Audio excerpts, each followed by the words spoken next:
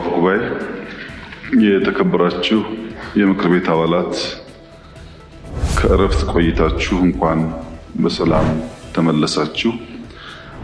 ለተነሱ ጥያቄዎች ምላሽ መስጠት እንድችል በድጋሚ እድል ስላገኘሁ እጅግ አድርጌ አመሰግናለሁ። በቀረቡ ጥያቄዎች አብዛኛዎቹ የ6 ወር አልፎ አልፎ የ7 ወር ዳታዎች እና ሪፖርቶች ላይ ተንተርሰው የቀረቡ ሲሆን በአንዳንድ ጉዳዮች ተጠቃሎ የቀረቡልኝን የ8 ወር ሪፖርቶች እንደ ማጣቀሻ ልጠቀምባቸው እችላለሁ። ሞር አፕዴትድ የሆነ መረጃ እንዲሆን። በመጀመሪያ የኢኮኖሚ ጉዳዮችን አስመልክቶ መንግስታችን የ10 ዓመት የልማት እቅድ ማዘጋጀቱ ይታወሳል። ከዚያ እቅድ የተቀዳ ካስኬት ተደርጎ የ5 ዓመት፣ የ1 ዓመት በየሴክተርና ተቋማት ደግሞ ከዛም ባነሰ ጊዜ የተግባር እቅድ ተዘጋጅቶ እነዚያን አስተናስሎ በማሳካት ትልቁን እቅድ ከግብ ማድረስ ጥማት፣ ጉጉትና ትጋት እንዳለ ይታወቃል። ይህንን እቅድ ስናዘጋጅ በይሆናል የገመትናቸው አልፎ አልፎ ደግሞ ያልገመትናቸው ሰው ሰራሽና ተፈጥሮ አደጋዎች በሀገር ደረጃም በዓለም አቀፍ ሁኔታም ያጋጠሙ ቢሆንም የዓለም አቀፍ ፋይናንስ ተቋማት ያለፈው ዓመት የሰብ ሰሃራ ሀገራት ኢኮኖሚክ እድገት 4.2% እንደሚሆን ገምተው ነበር። ይሁንና በባለፈው ዓመት ሪፖርት እንደተመላከተው ኢትዮጵያ 8.1% የኢኮኖሚ እድገት አስመዝግባለች። በዚህ ዓመት ለሰብ ሰሃራ ሀገራት የተሰጠው ግምት ከአምናው እምብዛም የራቀ ባይሆንም ኢትዮጵያ 8.4% ለማደግ አቅዳ ይህንን ለመተግበር ከፍተኛ ጥረት እያደረገች ትገኛለች። ባለፉት 8 ወራት የነበሩ የኢኮኖሚክ እቅዶቻችን አፈጻጸም እንደሚያመላክቱት በሚቀጥሉት 4 ወራት ይህንኑ ተግባር አጠናክረን መድገም ከቻል በዘንድሮ ዓመት ካቀድነው ከ8.4 በላይ ልናሳካ እንደምንችል ይጠበቃል። ያለፉት 8 ወራት የኢኮኖሚክ እንቅስቃሴዎቻችን በሙሉ በእያንዳንዱ ኢንዲኬተር በብልጽግና፣ በኢህአደግ፣ በደርግ በሚባል ደረጃ ሳይሆን በኢትዮጵያ ታሪክ ውስጥ ታይተው የማይታወቁ ውጤቶች ተመዝግበዋል። በተወሰነ ደረጃ በሴክተር ለማንሳት ከፍተኛ ግምት ከተሰጣቸው 5 ዋና ዋና ሴክተሮች አንደኛ የሆነው ግብርና። የኢትዮጵያ ግብርና ከሌሎች ሀገራት የሚለየው አብዛኛው የእርሻ ማሳ በአነስተኛና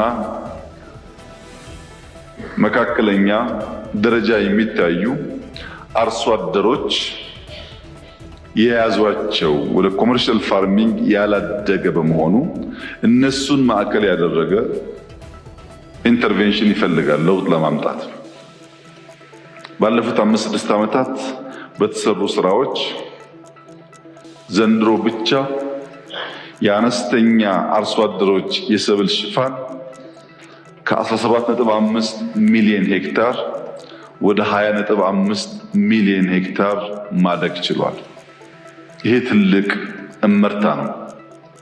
ኩታ ገጠም የሚል እንቅስቃሴ መጀመራችን በግልጽ የሚታወስ ሲሆን እስከ ባለፈው ዓመት ድረስ 8.7 ሚሊዮን ሄክታር መሬት በኩታ ገጠም የተሸፈነ ቢሆንም ዘንድሮ ወደ 11.8 ሚሊዮን ሄክታር ማደግ ችሏል። የመሬት ሽፋን ብቻ ሳይሆን ኩታ ገጠምም በከፍተኛ ደረጃ እመርታ አሳይቷል። ስንዴን ብቻ እንደ አንድ የሰብል ምርት ብንወስድ በመኸር 4.2 ሚሊዮን ሄክታር ስንዴ ተሸፍኗል። በበጋ ኢሪጌሽን 3.5 ሚሊዮን ሄክታር ታርሷል። በድምሩ በዚህ ዓመት ኢትዮጵያ ከ7.7 ሚሊዮን ሄክታር ያላነሰ በስንዴ ሰብል የሸፈነች ሲሆን ከዚህም ከ300 ሚሊዮን ኩንታል ያላነሰ ምርት ይጠበቃል። ይህን ሴክተሩን ለሚያውቁ ሰዎች ስንዴ ከውጭ ማስገባት የለባትም ኢትዮጵያ ማምረት አለባት ብሎ ለወሰኑ ሰዎች እንደ ተአምር ሊወሰድ ይችላል። ዛሬ ኢትዮጵያ በአፍሪካ ከፍተኛው ስንዴ አምራች ሀገር አድርጓታል። ይሄ ጉዳይ የሚያማቸው፣ የሚያቀረሻቸው፣ የሚያቃጥላቸው ሰዎች ያሉ ቢሆንም እውነታው ይሄ ነውና መዋጥ ይኖርበታል። በአፍሪካ አንደኛዋ ስንዴ አምራች ኢትዮጵያ ናት። ዛሬ በስንዴ ብቻ ሳይሆን በቡና፣ በሻይ፣ በቅባት እህሎች ያየን እንደሆነ ባለፉት ጥቂት ዓመታት የመጣው ምርታ ይበል፣ ይበርታ፣ ይቀጥል የሚያስብል ነው። ለምሳሌ ቡና በለውጡ ማግስት 700 ሚሊዮን ገደማ ዶላር በዓመት ኤክስፖርት እናደርግ ነበር። ባለፈው ዓመት ብዙ እመርታ የመጣበት ከፍተኛ ውጤት የተመዘገበበት ዓመት ስለሆነ ከቡና ኤክስፖርት አንጻር 1.4 ቢሊዮን ዶላር በኢትዮጵያ ታሪክ ትልቁ የቡና ኤክስፖርት ተብሎ የተመዘገበ ነበር። ዘንድሮ ግን አምና ያልገቡ ቀድሜ የተከልናቸው ቡናዎችም ስለተጨመሩ ባለፉት 8 ወራት ብቻ ከ1.2 ቢሊዮን ዶላር በላይ ኤክስፖርት አድርገናል። በሚቀጥሉት 4 ወራት ባቀድነው እቅድ መሰረት ከፈጸምን ከሞላ ጎደል 2 ቢሊዮን ዶላር ቡና ኤክስፖርት እናደርጋለን። የተከበራችሁ የምክር ቤት አባላት፣ ኢትዮጵያ ውስጥ እያደገ በመጣው የሕዝብ ቁጥርና የቡና ፍጆታ ዝርዝር ጥናት ሳታካሂዱ በግርድፉ ኢትዮጵያ ውስጥ ያለው የቡና አጠቃቀም እያደገ መምጣቱን መገመት አያስቸግርም። የዛሬ 5-6 ዓመት 700 ሚሊዮን ኤክስፖርት የምታደርግ ሀገር በዚህ ዓመት ከሞላ ጎደል 2 ቢሊዮን ዶላር ኤክስፖርት ታደርጋለች ማለት ቡና ላይ ስር ነቀል ለውጥ መጥቷል ማለት ነው። የሚጨበጥ ውጤት መጥቷል ማለት ነው። ከ2 እጥፍ በላይ ኤክስፖርት በአንድ ኮሞዲቲ ማሳደግ የሚቻለው በዛው ልክ ያደገ ምርት ያለ እንደሆነ ብቻ ነው። ቡና ከሌላው ነገር የሚለየው በሀገር ውስጥም ከፍተኛ ተፈላጊ በመሆኑም ጭምር። በሻይ ምርት በቡና ልክ ለመናገር የምንችልበት ጊዜ ገና ቢሆንም በርካታ የኢትዮጵያ ገጠር ከባቢዎች ባህር ዛፍ እያነሱ በሻይ ለመተካት እየተሰራ ያለው ስራ ለመስክ ጉብኝት ስትወጡ እንደታዘባችሁት ወይም ታዘባችኋል ብዬ እንደምገምተው በጣም ተስፋ ሰጪ ስራ ነው። ሻይን ከቡና የሚለየው እንደ ቡና ለቅመን የምንሸጠው ሳይሆን የግድ ፕሮሰስ ማድረግ የሚጠይቅ ስለሆነ በግብርናው አንግል ብቻ ሳይሆን በአግሮ ፕሮሰሲንግ ተጨማሪ ስራዎች የሚጠይቅ ይሆናል። በሩዝ፣ በቅባት እህሎች፣ በተለይም በሌማት አዲስ አበባና አካባቢዋ ብቻ አይደለም፣ ጅጅጋም፣ ባህር ዳርም፣ አሶሳም ብኬድ የተጀመረው የሌማት ትሩፋት ጥረት በእጅጉ ተስፋ የሚሰጥ ነው። በእንቁላል፣ በወተት፣ በስጋ ምርት ኢትዮጵያ ቀድማ የጀመረችው እንቅስቃሴ ትክክለኛ እንደሆነ አሁን ዓለም ላይ ያለው የገበያ ቀውስ በራሱ ጥሩ አመላካች ሊሆን ይችላል። በሌማትም በስንዴም በቡናም በሻይም ኢትዮጵያ በቂ የሆነ ስራ ሰርታለች ብለን ግን አናምንም። አስደናቂ መርታ አለ፣ አንክደውም፣ ፋክት ስለሆነ ከዚያ በላይ ሊሰራ የሚገባው ስራ ስላለ በቅቷል፣ በቂ ነው ብለን ደግሞ አናምንም። ተጨማሪ ጥረት፣ ትጋት እንደሚጠበቅብን እናምናለን። በተለይ መስኖን በርካታ አነስተኛ ግድቦች ተገንብተዋል። በየቦታው እንደምታዩት በርካታ ግድቦች ተገንብተው ካናል ተዘርግቶ በኢሪጌሽን ከዚህ ቀደም በሴፍቲኔት የምናውቃቸው አካባቢዎች ጭምር ምርት እያመረቱ ይገኛል። ግን መስኖ ላይ የሚሰራው ስራ ቀደም ሲል እንደተነሳው ተጨማሪ ጥረት፣ ተጨማሪ የፕሮጀክት አፈጻጸም እድገት ይጠይቃል። መሬት ማስፋት፣ አሁንም ኢትዮጵያ ከዚህ በላይ መሬት ለማስፋት እድል አላት። ያልታረሱ ቦታዎች በስፋት ስላሉ እነዚያን ማስፋት ያስፈልጋል። አሲዳማ መሬቶችን ማከም፣ በኖራ ማከምና መልሰው ምርት እንዲሰጡ ማድረግ ያስፈልጋል። ማሽነሪ መጠቀም በሚቻልባቸው አካባቢዎች ማሽነሪ ማስፋት ያስፈልጋል። በዚህ ዓመት ከ500 በላይ ለእርሻ ስራ የሚውሉ ማሽነሪዎች ከቀረጥ ነፃ እንዲገቡ ተደርጓል። ለማሽነሪ የማይመቹ የተባሉ ቦታዎችም ሰፋፊ የእርከን ስራዎች በመጀመራቸው የግድ ስንዴ ባይሆንም ፍሩት ለዚያ ቴሬን የሚመቹ አይነት ምርቶች ለማምረት ጥረት እየተደረገ ነው። ለምሳሌ በቅርቡ ሐረር፣ ምስራቅ ሐረርጌ በነበረን ቆይታ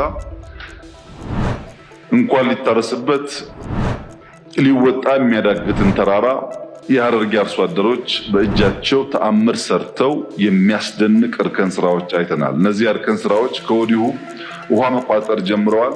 እዛ ላይ በርካታ ፍሩቶች ይተከላሉ። ከነዚህ ፍሩቶች ያ የደከመው አርሶ አደር እና ልጆቹ በሂደት ተጠቃሚ ይሆናሉ። የግብርና ሴክተር በዚህ ዓመት ሊያመጣ ከሚጠበቀው እድገት አንጻር በ8 ወር ያየናቸው ውጤቶች ተስፋ ሰጪ ሆነው አግኝተናቸዋል። ከግብርና ሴክተር ወጣ ብለን የኢንዱስትሪን ብንመለከት ኢንዱስትሪ በግብርናው ልክ ውጤታማ እንዲሆን ባለፉት ጥቂት ዓመታት የተለያዩ ጥናቶች፣ ግምገማዎች ሲካሄዱ ቆይተው በጠቅላይ ሚኒስትር ቢሮ ደረጃ ናሽናል ስትሪንግ ኮሚቴ ተቋቁሟል። የተቋቋመው ኮሚቴ ዋና ስራው ኢንዱስትሪን እንደ አንድ ፒላር ከኢንዱስትሪ ባሻገር ደግሞ በሰብ ሴክተር በፋብሪካ ደረጃ ምን አይነት ማነቆች እንዳሉ የሚለይና ድጋፍ የሚሰጥ ኮሚቴ ነው። ይህ ኮሚቴ ባለፉት 1 ዓመት ገደማ በሰራቸው ስራዎች የለያቸው ዋና ዋና ማነቆች አንደኛው የውጭ ምንዛሪ አቅርቦት እጥረት ነበር። ለኢንዱስትሪ ግብዓት የሚቀርበው የውጭ ምንዛሪ በበቂ ማቅረብ ባለመቻሉ በሴክተሩ ሊገኝ የሚገባው ውጤት እንዲቀዛቀዝ አድርጓል። ያን ለመቀነስ መንግስት ኢንተርቪን አድርጓል። ከፍተኛ ባይባልም መሻሻሎች አሉ። አቅርቦት አድጓል። ሁለተኛው ችግር የኃይል አቅርቦት ነበር። ኢንዱስትሪዎች፣ ፋብሪካዎች ኃይል አቅርቦት ችግር ነበረባቸው። ይህን ለመፍታት በእያንዳንዱ ፋብሪካና በእያንዳንዱ በኢንዱስትሪ ስር ባሉ ሴክተሮች በተደረገ ጥናት 100% በሚባል ደረጃ የኢነርጂ አቅርቦት ችግር ተቀርፎላቸዋል። በዚህም በዚህ ዓመት ለኢንዱስትሪ ሴክተር ብቻ የቀረበው ኢነርጂ ከ50% በላይ ከአምናው ጨምሯል። በአንድ ዓመት ከ50% በላይ የኢነርጂ አቅርቦት ጨምሯል ማለት በየዓመቱ የሚቀጥል ከሆነ ከፍተኛ የሆነ የኢነርጂ ዝግጅት እንደሚያስፈልግም ከወዲሁ ያመላክታል ማለት ነው። በሀገር ደረጃ ዘንድሮ 47% ኢነርጂ ጨምሯል። በኢንዱስትሪ ሴክተር ከዚያ ከፍ ይላል። በየዓመቱ 40-50% ኢነርጂ ፍላጎት እያሟሉ መሄድ ከፍተኛ የማመንጨት አቅም ዲማንድ ስለሚያደርግ ያለው ፍላጎት ሌሎች ስራዎችን መታሰብ እንዳለባቸው እግረ መንገዱን አመላክቷል። ከመሬት አቅርቦት ጋር ከግብአት ጋር ሰፋፊ ስራ ተሰርቷል። በኢንዱስትሪ ሴክተር የተከበረው ምክር ቤት አንዳንድ በኢንዱስትሪ ስር ያሉ ሁነኛ የልማት ጠቃሚ ኮሞዲቲ አይነቶችን በተወሰነ ለማንሳት ለምሳሌ ብረትን ብንወስድ ኢትዮጵያ በፎርወርድ ሊንኬጅ ወይም ወደ ኢንድ በመጠቀም ደረጃ ባሉ የብረት ስራዎች ብረት ስክራፕ አቅልጦ ለኢትዮጵያ ልማቶች የሚያስፈልገውን የብረት አይነት በማምረት ደረጃ 100% በሚባል ደረጃ አቅም ፈጥራለች። በብረት ሴክተር ኢትዮጵያ ያላት ችግር አሁን በኦር በአልቲሜት ጥሬው እሱን ጨምቆ ለብረት ግብአት ማድረግ ብቻ ነው። ከተለያየ ሀገር ስክራፕ ማግኘት ከቻል ያንን ጨፍልቀን ለልማት የሚውሉ ብረቶችን ማምረት የሚያስችል አቅም ኢትዮጵያ ፈጥራለች። ቀጣይ ትኩረት የሚሆነው ኦሩን እንዴት በሀገር ውስጥ በማምረት ሙሉ በሙሉ ከሀ እስከ ፐ የብረት ምርት እና ግብአት በሀገር ውስጥ ማድረግ መቻል ካሳካን ትልቅ ምርታ ይሆናል። ሲሚንቶ እናንተም ከዚህ ቀደም እንዳነሳችሁት ከጥቂት ወራት በፊት ሲሚንቶ ከፍተኛ ችግር ነበር። አሁን የሲሚንቶ ፋብሪካዎች የኤክስፖርት ጥያቄ እያነሱ ነው።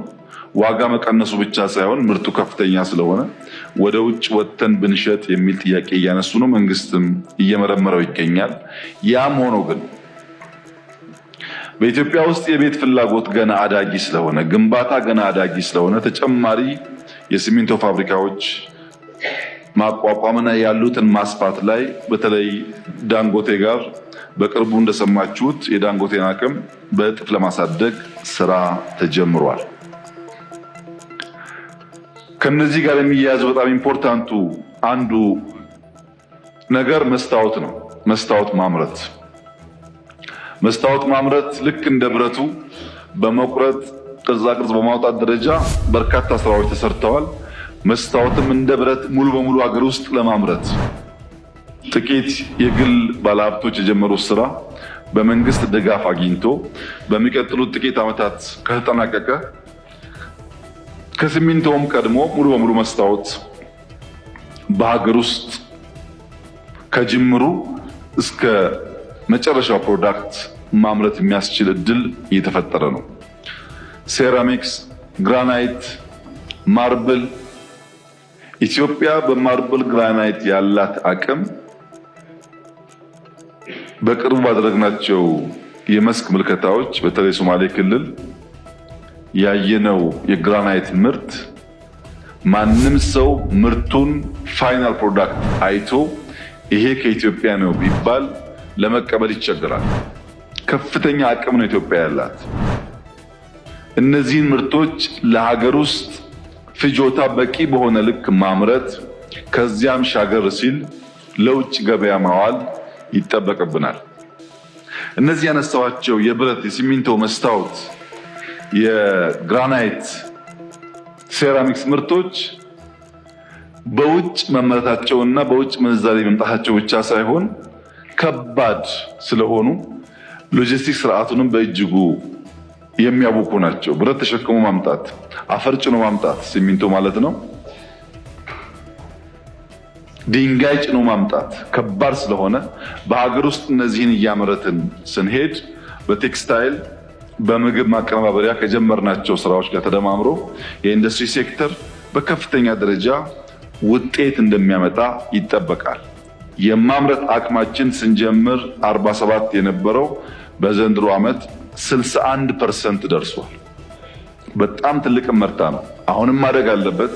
ከነበርንበት አንጻር ግን ያሉ ኢንዱስትሪዎቻችን 61% የማምረት አቅማቸው ተሻሽሏል።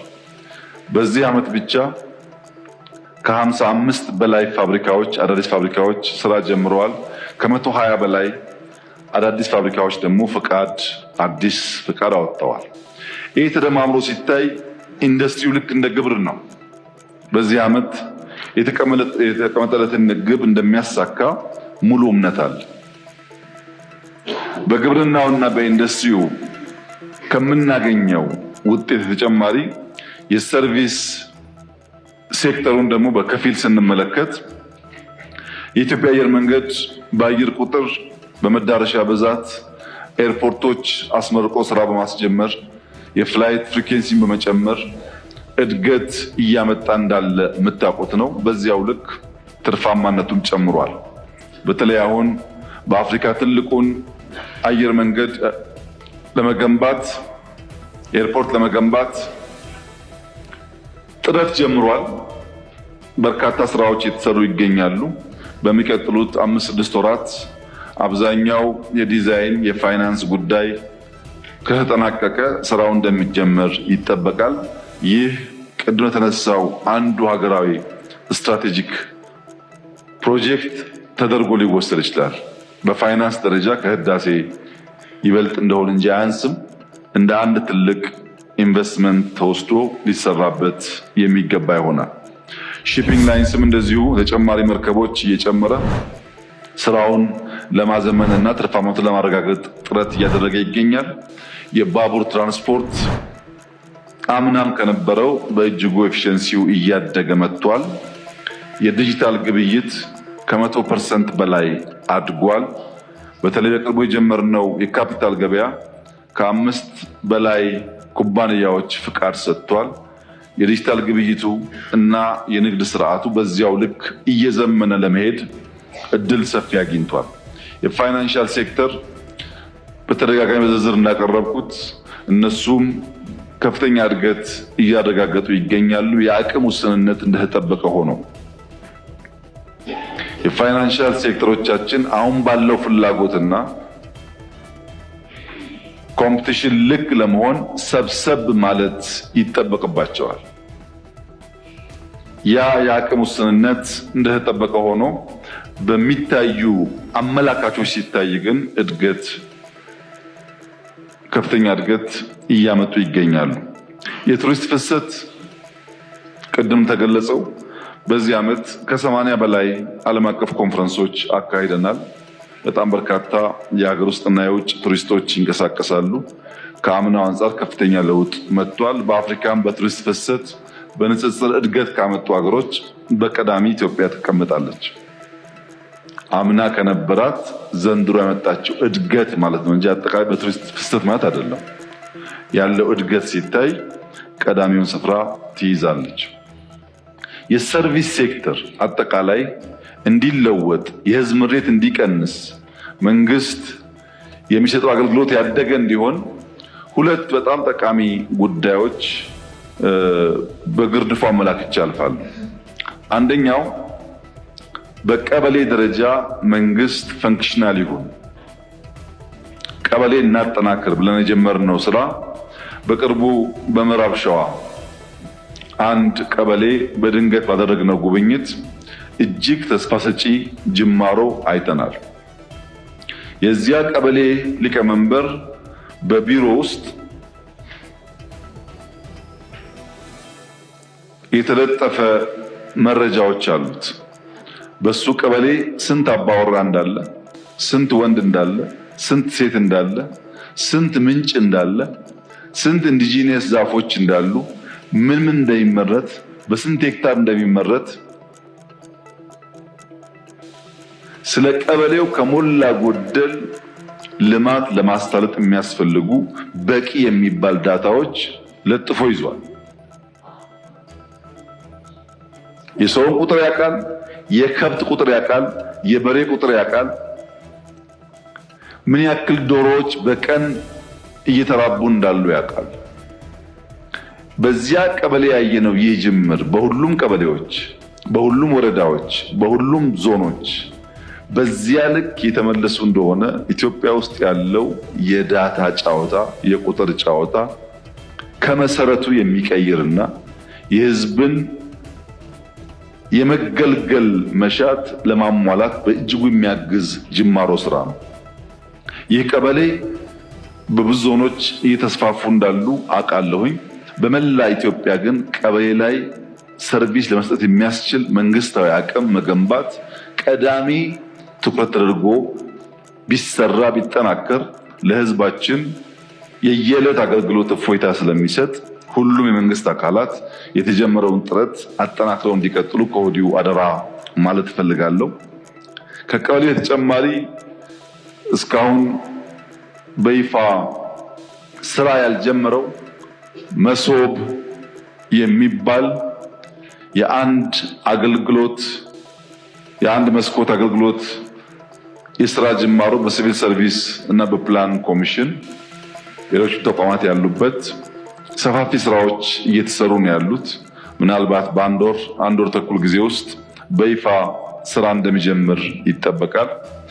መሶብ የተሰኘው በሀገራችን ባህል በመሶብ እንጀራ፣ ልዩ ልዩ ወጦች የሚቀርቡበት ባህል ስላለ ከአንድ ቦታ አሁን የሚጀምረው ብቻ ለ8 ሚኒስትሪ እና ከ20 በላይ ሰርቪስ ነው። ቀስ ቀስ እያለ ሁሉ ሚኒስትሪዎች ከአንድ ቦታ ሰርቪስ ፕሮቫይድ ማድረግ እንዲችሉ የሚያስችል ስለሆነ ሰው ንግድ ፍቃድ ለማውጣት ንግድ ሚኒስቴር፣ ገቢ ለመክፈል ገቢዎች፣ ብር ለማውጣት ባንክ መሄዱ ቀርቶ ከአንድ አካባቢ የሚፈልገውን ሰርቪስ ለማግኘት እድል የሚሰጥ በብዙ ሀገራት ስናየው ስንቀናበት የነበረ በሀገራችን ሲስተሙ በልጆቻችን ተገንብቶ ቦታ ተዘጋጅቶ ስልጠና ተሰጥቶ ስራ ለመጀመር በዝግጅት ላይ ያለ ሲሆን ይህ ስራ ሲጠናቀቅ የተከበሩ የምክር ቤት አባላት እንደሚያዩት እንደሚደግፉት ተስፋ አለኝ። ለመላው የኢትዮጵያ ሕዝብ ትልቅ ብስራት ምስራች ነው። በሲስተም ታግዞ ቨርቹዋሊ ሰርቪስ መስጠት የሚያስችል አቅም እየፈጠርን ከሄድን ያ አቅም ሙሉ በሙሉ በሀገር ውስጥ ልጆች የተሰራ ስለሆነ እያደገ ስለሚሄድ ከሰርቪስ ጋር ተያይዘው የሚነሱ ጥያቄዎች፣ ስሞታዎች እየተቀረፉ እንደሌላው ዓለም የቀለጠፈ አገልግሎት ለመስጠት የሚያስችል አቅም እየፈጠርን እንሄዳለን ማለት ነው። በግብርና፣ በኢንዱስትሪ፣ በሰርቪስ ደምረን ስንመለከት ዘንድሮ ያቀድነው የ8.4% እድገት ካለምንም ጥርጥር ከዚያ በላይ ልናሳካ እንደምንችል ያለፉት 8 ወራት ውጤቶች ያመላክታሉ። ገቢን ስንመለከት ባለፉት 8 ወራት ከ580 ቢሊዮን ብር በላይ ገቢ ተሰብስበዋል። ይህ ገቢ በንጽጽር ጥሩ ነው የሚባል ቢሆንም ከወጪ አንጻር ግን ቀደም ሲል በእናንተም እንደተነሳው ሰፋፊ ድጎማዎችና የደሞዝ ጭማሪ በዚህ ዓመት ስላደረግን ወጪያችን አሁንም ከገቢያችን ከፍ ያለ ነው። ነዳጅ፣ ማዳበሪያ፣ ለክልሎች የሚሰጠው ድጋፍ፣ የደሞዝ ጭማሪ ተጨማምሮ ትንሽ ሰፋ ያለ የወጪ ጫና ያለበት ዓመት ስለሆነ ገቢያችን ሙሉ በሙሉ ወጪያችንን መሸፈን ባይችልም በራሱ ግን መጠነኛ መሻሻሎች ይታዩበታል። ያም ሆኖ አሁንም ኢትዮጵያ እየሞከረች ያለችው ከጂዲፒዋ 7% ገደማ ገቢ ለማስገባት ነው። ኬንያ ከ15.5 በላይ ታስገባለች። ከኬንያ በግማሽ ከጂዲፒያችን ነው ገቢ የምንሰበስበው እና ጫና የሚለው ጉዳይ ምክር ቤት አባላት በደንብ ብታስቡበት ጥሩ ነው። ገቢ ካልተሰበሰበ በስተቀር እዚህ ጋር ገቢ ጫና አለ ብለን እዚህ ጋር ደግሞ መንገድ ይሰራ፣ ጤና ይስፋፋ ብንል አይሄድም አብሮ። መንግስት መሰረተ ልማት የሚያስፋፋው በቂ ገቢ ከሰበሰበ ብቻ እና የዘንድሮ ውጤት ይቀጥል የሚያስብል ቢሆንም አሁንም ኢትዮጵያ ከብዙ አፍሪካ ሀገራት አንጻር ከጂዲፒዋ የምትሰበስበው ገቢ ዝቅተኛ መሆኑን ሁሉም በወጉ ሊገነዘበው የሚገባ ጉዳይ ይሆናል። ከዕዳ አንጻር ባለፈው የደረስንበትን ገልጬ ነበር። አሁን አዲሱ ልገልጽላችሁ የምፈልገውና የተከበረው ምክር ቤትን ቢያቀው ጠቃሚ የሚሆነው ከዘንድሮ የማክሮ ኢኮኖሚ ማሻሻያ ጋር ተያይዞ በነበረው ድርድር የዕዳ ሽግሽግ ለማካሄድ ባለፉት ወራት ስንደራደር ቆይተናል። አሁን ወደ መቋጫው ደርሷል። በዚያም የዕዳ ሽግሽግ ኢትዮጵያ 3.5 ቢሊዮን ዶላር ገደማ ገንዘብ ሴቭ አድርጋለች። ባለፉት ዘመናት አላግባብ ኮሜርሻል ሎን ጀምረን ለማንጨርሳቸው ፕሮጀክቶች በቅጡ ገንዘቡ አገር ውስጥ መግባታቸውን ባልታወቀበት ሁኔታ ሰፊ ዕዳ ነበረብን። ያ ዕዳ ትክክለኛ አይደለም ብለን 5-6 ዓመት ስንሟገት የነበርነው ጉዳይ ፍሬ አፍርቶ 3.5 ቢሊዮን ዶላር ገደማ ሽግሽግ አግኝተናል። ይህም በዕዳ ጫናችን ላይ የሚያመጣው አዎንታዊ ተጽዕኖ ይኖራል።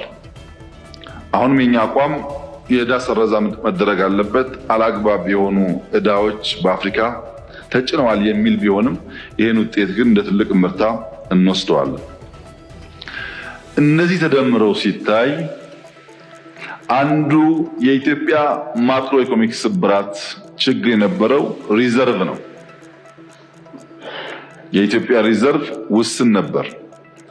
የተከበረው ምክር ቤት ዝርዝሩን ከሚመለከታቸው ጋር እንዲነጋገር ትቼ በጥቅሉ ግን 2011 ኢትዮጵያ ከነበራት ሪዘርቭ ከእጥፍ በላይ ዛሬ አላት። ከእጥፍ በላይ ሪዘርቭ ይዘናል። ከእጥፍ በላይ መሆኑ ብቻ አይደለም፣ በኢትዮጵያ ታሪክ ውስጥ ባለፉት 100 ዓመታት ዛሬ ኢትዮጵያ ያላትን ሪዘርቭ ይዛ አታውቅም። ይሄ ትልቅ እመርታና እፎይታ ነው። የማይጠበቁ ጉዳዮች ሲያጋጥሙ ለተወሰነ ጊዜ ለውጭ ግብይት የሚያግዝ የውጭ ምንዛሪ እንደ ሀገር ማከማቸቱ ጠቃሚ ስለሆነ ከኤክስፖርት አንጻር ባለፉት 8 ወራት ኢትዮጵያ ከኤክስፖርት ያገኘችው ገቢ ከየትኛውም ዓመት 8 ወር ሳይሆን ከየትኛውም ዓመት የአንድ ዓመት ሙሉ ኤክስፖርት ይበልጣል። 4.5 ቢሊዮን ዶላር ኤክስፖርት አድርጋለች። ከአምናውም ከአቻምናውም ከዛሬ 10 ዓመቱም ከዛሬ 50 ዓመቱም ጋር አይወዳደርም። ከሁሉም የበለጠ ኤክስፖርት በ8 ወር አድርገናል። የበለጠ ማለት ግን በ8 ወር አይደለም፣ በዓመት አምና ዓመቱን ሙሉ ኤክስፖርት ካደረግነው በዚህ ዓመት 8 ወር ኤክስፖርት ያደረግነው ይበልጣል።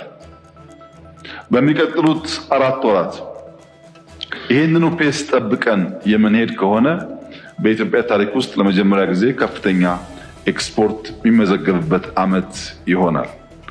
ይህም በ10 ዓመት እቅዳችን ካስቀመጥነው አምቢሽየስ ከተባለው እቅድ ጋር የተቀራረበ አፈጻጸም ነው። ያ እቅድ ትክክለኛ እንደነበረ የሚያመላክት ነው። በዚሁ ማስቀጠል ከቻል የኢትዮጵያን ብልጽግና የምናይበት ዘመን ቅርብ እንደሆነ ያመላክታል። ከኮሞዲቲ በተጨማሪ ሰርቪስ ኤክስፖርት 4.7 ቢሊዮን ዶላር በ8 ወር ተገኝቷል። ሬሚታንስ 3.7 ቢሊዮን ዶላር ተገኝቷል። ከውጭ ቀጥተኛ ኢንቨስትመንት ከሞላ ጎደል 2 ቢሊዮን ዶላር ተገኝቷል። ከሌሎች ሶርሶች ከተገኙት ጨምሮ በ8 ወር በጣም የተሻለ የውጭ ምንዛሪ ግኝት ተገኝቷል። ለኢምፖርት ክፍያ ያዋልነው የውጭ ምንዛሪ መጠን 10.5 ቢሊዮን ዶላር ነው ባለፉት 8 ወራት። ከነዚህ ውስጥ ለጥሬ ዕቃ ከ3% በላይ አወጥተናል። ለኢንዱስትሪያል ካፒታል ጉድስ ከ21% በላይ ክፍያ ተፈጽሟል እና ለኢምፖርት ያዋልነው ገንዘብ ጠቃሚ በሆኑ ሴክተሮች ለማዋል ጥረት ተደርገዋል። የዋጋ ንረትን በሚመለከት አንዱ እንደ ስብራት የለየው ጉዳይ የዋጋ ንረት ወይም ኢንፍሌሽን ነው። በተደጋጋሚ ባለፉት ዓመታት ለየት ያለ ሰርጀሪ ካልሰራን በስተቀር ጥረቶቻችን በሙሉ በኢንፍሌሽን ምክንያት ያሰብነውን ያክል ስኬታማ እንዳንሆን አድርጎናል ስንል ነበር። በዚህ ዓመት ያለን ዜና ግን የተቃረነ ነው። አምና ከነበረው 29% ገደማ አሁን በዚህ ወር 15% ደርሷል። ይህ ትልቅ ድል ነው። በተሰራው ኢንተርቬንሽን ከፍተኛ ውጤት መጥቷል። ኢንፍሌሽን ላይ ምን ማለት ነው? ይሄ በገንዘብ ፖሊሲ ማሻሻያው የበጀት ጉድለት ከብሔራዊ ባንክ የሚሟላበትን መጠን በመገደባችን ወደ ኢኮኖሚ የሚፈሰው ገንዘብ ቁጥጥር ስለሚደረግበት ከዚያ ባሻገር የምርት እድገት ስላለ በግብርናው ኤንድ በተደረገው ኢንተርቬንሽን የምርት እድገት ስላለ በገበያ ትስስር በተለይ ሰንደይ ማርኬት ላይ አርሶ አደር በቀጥታ መጥተው ገበያ ላይ በሚያውሏቸው ከባቢዎች አዲስ አበባም እንዳያችሁት በአንዳንድ ሴንተር ግንባታዎች ቀላል የማይባል ጠቀሜታ አስገኝቷል። ከዚያ ተጨማሪ ለእጅ አጠሮች የማዕድ ማጋራት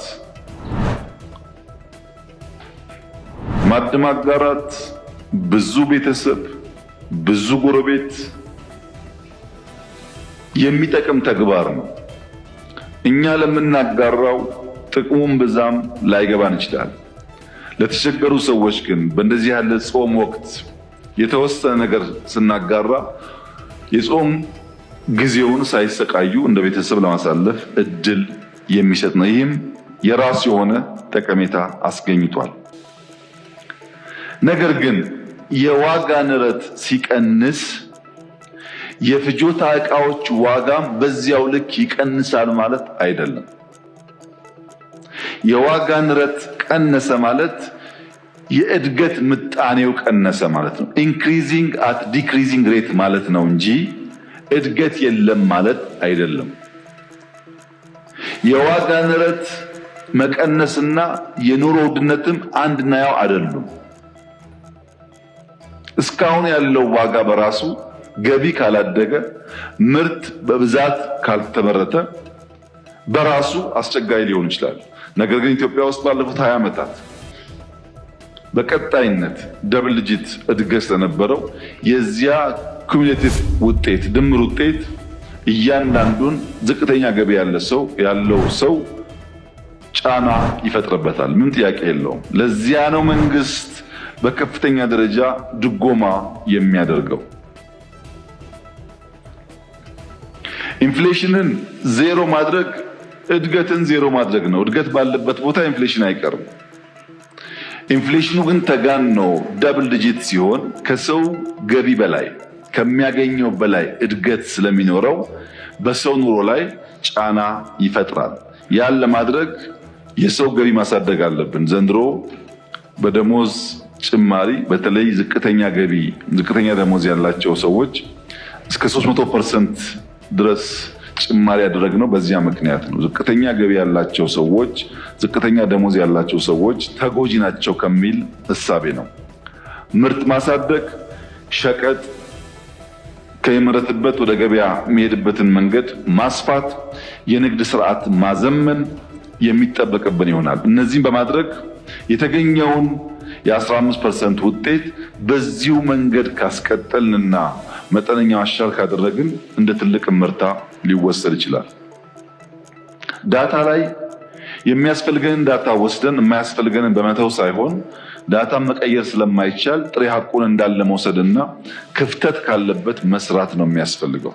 አሁን ያለው ኢንፍሌሽን እስካሁን ከስራናቸው በጣም በእጅጉ የተሻለ ተብሎ ሊወሰድ ይችላል። አሁንም ግን ተጨማሪ ስራ ያስፈልጋል። ዝቅተኛ ገቢ ያላቸው ሰዎች ጫናው ከፍተኛ ስለሆነ በድጎማ ማዕድ ማጋራት፣ ገቢያቸው እንዲያድግ፣ ልጆቻቸው ስራ እንዲያገኙ ከፍተኛ ጥረት ማድረግ እንደ መንግስት እንደ ህዝብ ይጠበቅብናል። ይህን አሳይመንት የምንዘነጋ ሆኖ ሳይሆን በተሰራው ስራ የመጣው ውጤት ግን ይበል የሚያስብል ነው ማለት ይቻላል። ከድጎማ አንጻር ማዳበሪያ 84 ቢሊዮን ብር ነው የምንደጉመው። በአንድ ኩንታል 3700 ብር እንደጉማለን። እኛ ማዳበሪያ ስለማናመርት የማዳበሪያ ዋጋ አንወስንም። አምራቾች ዋጋ ተምነው ለኛ ሲያቀርቡ አርሶ አደሩ እንዳይጎዳ አቅም በፈቀደ መጠን እንደጉማለን እንጂ ዋጋ አንወስንም። ነዳጅ በሚመለከት 72 ቢሊዮን ገደማ ተደጉሟል። ነዳጅን በሚመለከት የተከበረው ምክር ቤት መጠነኛ ግንዛቤ እንዲይዝ በዓለም ገበያ ቤንዚን ኢትዮጵያ በሊትር 129 ብር ትከፍላለች። 129 ብር። ኢትዮጵያ ውስጥ ግን 101 ብር እንሸጣለን። 28 ብር በሊትር ድጎማ አለ። 28 ብር በሊትር የሚደጎመው ድሃ ብቻ አይደለም፣ ኤምባሲዎችም ጭምር ናቸው። ምክንያቱም ሀገር ውስጥ ያለው ገበያ ለይተን ለድሃ የምንልበት አሰራር አስቸጋሪ በመሆኑ ኢትዮጵያ ውስጥ ያሉ ሀብታሞች፣ ኢንተርናሽናል ተቋማት እነሱ እንኳን ቀርተው ለሪፊጂ ኢትዮጵያ ውስጥ ላሉት የውጭ ሀገር ዜጎች እርዳታ የሚያመጡ የዩኤን ኤጀንሲዎች ሳይቀሩ ኢትዮጵያ ውስጥ ለሚያጓጉዙት ትራንስፖርት በሊትር 20 ምናምን ብር ኢትዮጵያ ትደጉማለች። ቤንዚን ብቻ ሳይሆን ነጭ ጋዝ 129 ብር ነው የምንገዛው። አንድ እኛ የምንሸጠው 99 ብር ነው። 30 ብር እንደጉማለን በሊትር። ሌሎች አይነቶችም እንደዚሁ። ይህ ዋጋ በእኛና በእኛ አካባቢ ካሉ ሀገራት አንጻር ሲታይ ከፍተኛ ልዩነት አለው። 0.7 0.8 ሴንስ ዶላር ፐር ሊትር ነው እኛ የምንሸጠው። እኛ አካባቢ ግን ቢያንስ 1.4 እስከ 2 ዶላር ይሸጣል። ኢትዮጵያ በብዙ ትደጉማለች። ይሄ የተከበረው ምክር ቤት አንደርላይን አድርጎ መያዝ አለበት። ኢትዮጵያ የነዳጅ ዋጋ መወሰን አትችልም ስለማታመርት። አምራች የወሰነውን ገዝታ ግን ዜጎቿ እንዳይጎዱ በአንድ ሊትር ከ25 ብር በላይ እየደጎመች የምታሰራበት ዋናው ምክንያት አብዛኛው እጅ አጠር ሰዎች በዚህ ሂደት ጉዳት ስለሚደርስባቸው ያን ለመቀነስ ነው። መድኃኒት፣ የምግብ ዘይት 350 ሚሊዮን ገደማ እንደጉማለን። ሴፍቲኔት ወደ 22 ቢሊዮን ገደማ እንደጉማለን። ድጎማው ሲደመር ቅድም በገቢ ያነሳውላችሁ የምናገኘውን ገቢ በከፍተኛ ደረጃ የሚነካ ስለሆነ ኢትዮጵያ ከምታስገባው ገቢ በላይ ደጉማ ሁሉም ዜጎች በነፃ እንዲመገቡ ማድረግ አሁን አትችልም። ማምረት መስራት አለብን። ይህንን ችግር በመድረክ ንግግር ብቻ አንፈታውም። በተግባር ማሳዎቻችን ላይ በምናስገኛቸው ውጤቶች የሚፈታ ይሆናል። በዚህ አግባብ ድጎማ ለማድረግ እየሞከርን ያለንበት ሂደት በአርሶ አደሩም በነጋዴውም ላይ ያለውን ጫና ለመቀነስ የሚያግዝ ነው። ማዳበሪያ 24 ሚሊዮን ኩንታል ገደማ የሚያስፈልገን ሲሆን በአንድ ቀን 150 ሺህ ኩንታል ማዳበሪያ ከወደብ እናጓጉዛለን። 150 ሺህ ኩንታል አፈር ጭነን ወደ ሀገር ውስጥ እናስገባለን።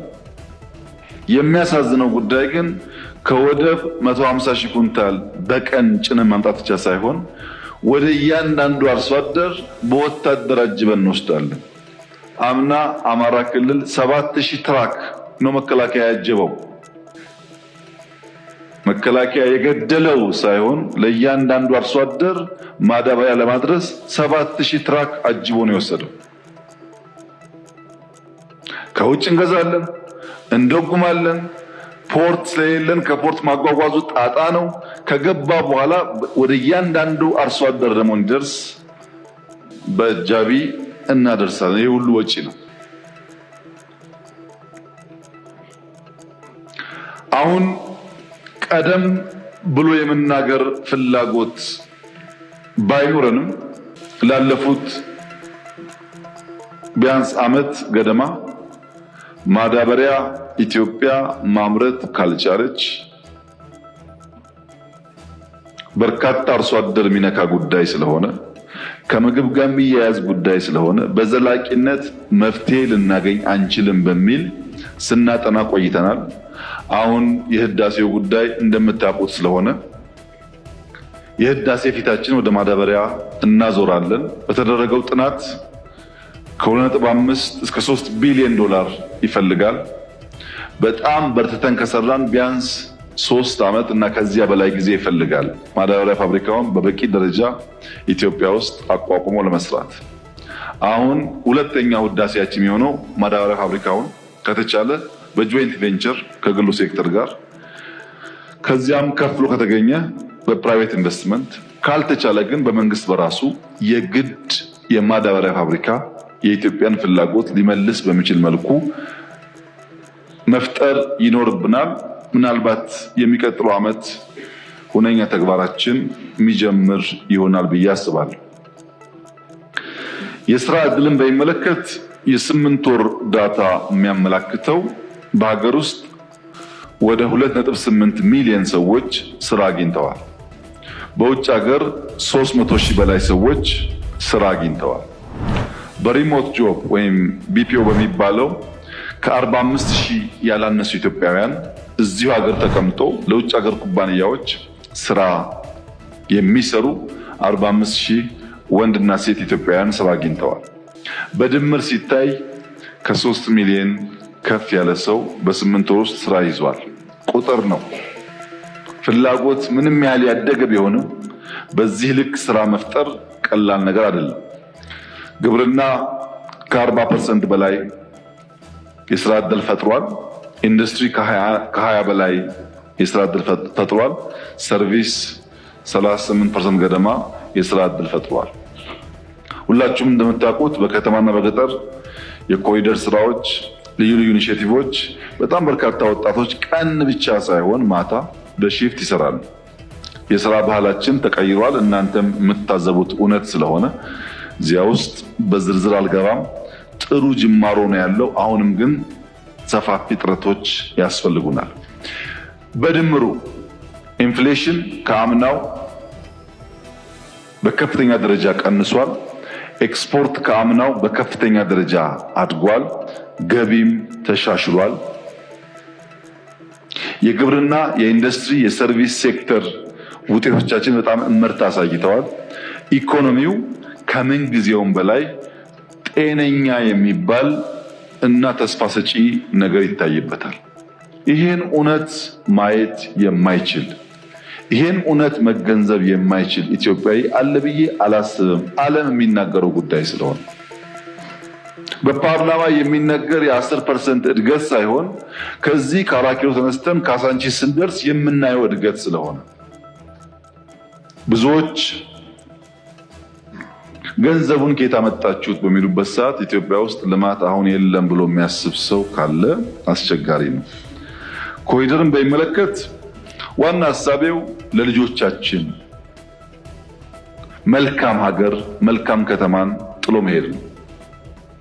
ልጆቻችን ሌላ ናፋቂ ሳይሆኑ በሀገራቸው የተሻለ ከባቢ ኖሯቸው እንዲኖሩ ለማስቻል ነው። የደቀቁ ሰፈሮች ሰፈር ማለት አይቻልም። የደቀቁ ለአይን ለማየት የሚያስቸግሩ ሰፈሮች ነው እየተቀየሩ ያሉት። አዲስ አበባ ብቻ አይደለም፣ ከአዲስ አበባ ውጪ በቅርቡ ሐረር ሄጄ ያየሁት ጀጎል ውስጥ ያየሁት ነገር ተአምር ነው። የሐረር ሕዝብ ይሰማኛል። ሐረር የምታውቁ ሰዎች ትሰማላችሁ። በሐረር ከተማ የተሰራው ስራ፣ በጀጎል የተሰራው ስራ ለልጆቻችን ያማረን ስፍራ ጥሎ የማለፍ መሻት ፍሬ እያፈራ መሆኑን ያመላክታል። መስፋት አለበት፣ ብዙ ጋር መድረስ አለበት ቢኖር እቀበላለሁ። ግን ጅማሯችን በጣም ተስፋ ሰጪ ነው። ለዚህ ነው በርካታ የአፍሪካ ሀገራት አሁን ልምድ ስጡን እያሉ እኮ ነው ያሉት። እኛ ምን ጀምር ነው እያሉ ያሉት። በተለይ ስፔስ በሚመለከት በቤት ላይ ቤት፣ በአጥር ላይ አጥር፣ በአጥር ላይ ሰርቪስ የነበረውን የኑሮ ዘዬ ቀይረን ልጆቻችን ወጣ ሲሉ ወክ የሚያደርጉበት፣ ኳስ የሚጫወቱበት ከባቢ መፍጠር፣ ከባቢን ለኑሮ ምቹ ማድረግ በጣም አስደሳች ጉዳይ ነው። ከዚያ ባሻገር ግን መሰረተ ልማት ግንባታው ግምት እንዲሰጠው እፈልጋለሁ። አዲስ አበባ ባለፉት ጥቂት ዓመታት ከ200 ኪሎ ሜትር በላይ መንገድ ተሰርቷል። ሰፋፊ ወኮች ተሰርተዋል። የውሃ ፍሳሽ፣ የመብራት መስመሮች ድሮ ዝናብ ሲዘንብ 4 ኪሎ እኮ እንደዚህ አልነበረም። ዘነበ ማለት ጨቀየ ማለት ነው። አሁን ዘነበ ሲባል በንጽጽር ጸዳ ብሎ ያየነው አንዳንድ የፍሳሽ ማስወገጃ ስርዓታችን በመሻሻሉ ምክንያት። ከዚያ ባሻገር ስራ ፈጥሯል። የአሴት ቫልዩ ከፍ አድርጓል። የዜጎች ያላቸው ሀብት ቫልዩ ከፍ አድርጓል። የኮሪደር ስራ ለአይን የሚማርክ ከተማ ፈጥሯል። የትራፊክ ፍሰት አሻሽሏል። ቤቶች ግንባታ በሚመለከት የንጽጽር ዳታ እምብዛም ባያስፈልግም በኢህአደግ ዘመን ከ97 እስከ 2010 160 ሺህ ገደማ ቤቶች ተገንብተዋል።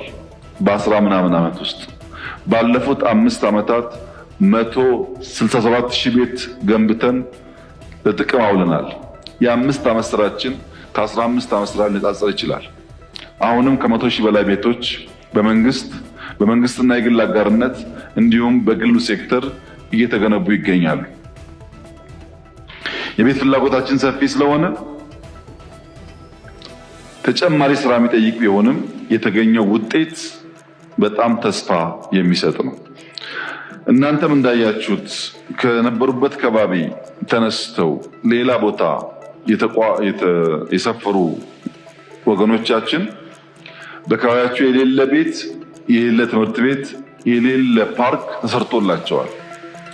አዲስ አበባ ከተማ ውስጥ ህጋዊ ማስረጃ ኖሮት ወይ መሬት ወይ ካሳ ሳይከፈል የተነሳ አንድ ሰው እኔ እስከማውቀው የለም። አንድ ሰው ከ17 ቢሊዮን ብር በላይ ካሳ ተከፍሏል። ማላዘን የሚፈልጉ ሰዎች ሊያላዝኑ ይችላሉ። ከኛ በላይ ግን ለኢትዮጵያ ድሃ ሊቆረቆሩ አይችሉም። እኛ ድሃ አደጎች ነን። የተነሳንበትን ህዝብ ልንጨፈልቀው አንችልም። መደብ ላይ አድገን ህልማችን ልጆቻችን አሁንም መደብ ላይ እንዳያድጉ ማድረግ ነው። ለድሃ መቆርቆር፣ ለድሃ ማዘን፣ ከድሃ ጋር መኖር ለዚህ መንግስት የሚነገረው ነገር አይደለም። ኢትዮጵያ ህዝብ ያየዋል፣ ይገነዘበዋል። በውሃ በሪቨርሳይድ የሚሰራው ስራ የተከበረው ምክር ቤት ጊዜው ሰጥቶ እንዲመለከት ፈልጋለሁ። የሐረርና የኮንሶ አርሶ አደሮች እዚህ አዲስ አበባ ላይ እየሰሩ ያሉት ተአምር፣ እንጦጦ ላይ እየሰሩ ያሉት ተአምር ለኛ ብቻ ሳይሆን ለልጆቻችን የሚተርፍ ነው። ውሃ አለ ማለት ሽታው የማያስኬድበትን ከተማ የውሃ መስመሮችን ለማጽዳት እየተሰራ ያለው ስራ፣ የሚቀላ አፈር ለመከላከል የሚሰራው ስራ እናንተን ካላስደመመ ማን ያስደምማል? ፓርኪንግ ብቻ ባለፉት 5 ዓመታት አዲስ አበባ ውስጥ ከ30 ሺህ በላይ ፓርኪንግ ተገንብተዋል። በውስጥና በውጭ ፓርኪንግ ነበረ እንደ ኢትዮጵያ ውስጥ። ኢትዮጵያ ውስጥ እኮ ፓርኪንግ ማለት አስፋልት ማለት ነው፣ መንገዱ ማለት ነው። አሁንም በቂ አይደለም፣ ተጨማሪ ስራ ይፈልጋል። ነገር ግን እስካሁን የመጣው ውጤት ተስፋ ሰጪ ነው። በድምሩ ኮሪደር በጎንደር፣ በባህር ዳር፣ በደሴ፣ በሐረር፣ በድሬዳዋ፣ በጅጅጋ፣ በጅማ፣ በአምቦ፣ በነቀምት፣ በአርባ ምንጭ፣ በሐዋሳ፣ በሶዶ ከቦታ ቦታ ቢለያይም ተስፋ ሰጪ ጅማሮች አሉ። በእርግጥ የሐረር ከሁሉም በላይ ኢምፕረስ ያደርጋል። ምክንያቱም ሐረርን የቀየረው ገንዘብ አይደለም። ከጠራኋቸው ከተሞች ሁሉ ያነሰ ገቢ ያለው ሐረር ነው። ግን ፍቅር የተሞሉና ሀገራቸውን የሚወዱ ሰጥተው የማይጠግቡ ነዋሪዎች ያሉበት ከተማ ስለሆነ በትንሽ ብር ከሁሉም ከተማ የተሻለ ስራ ሰርተዋል።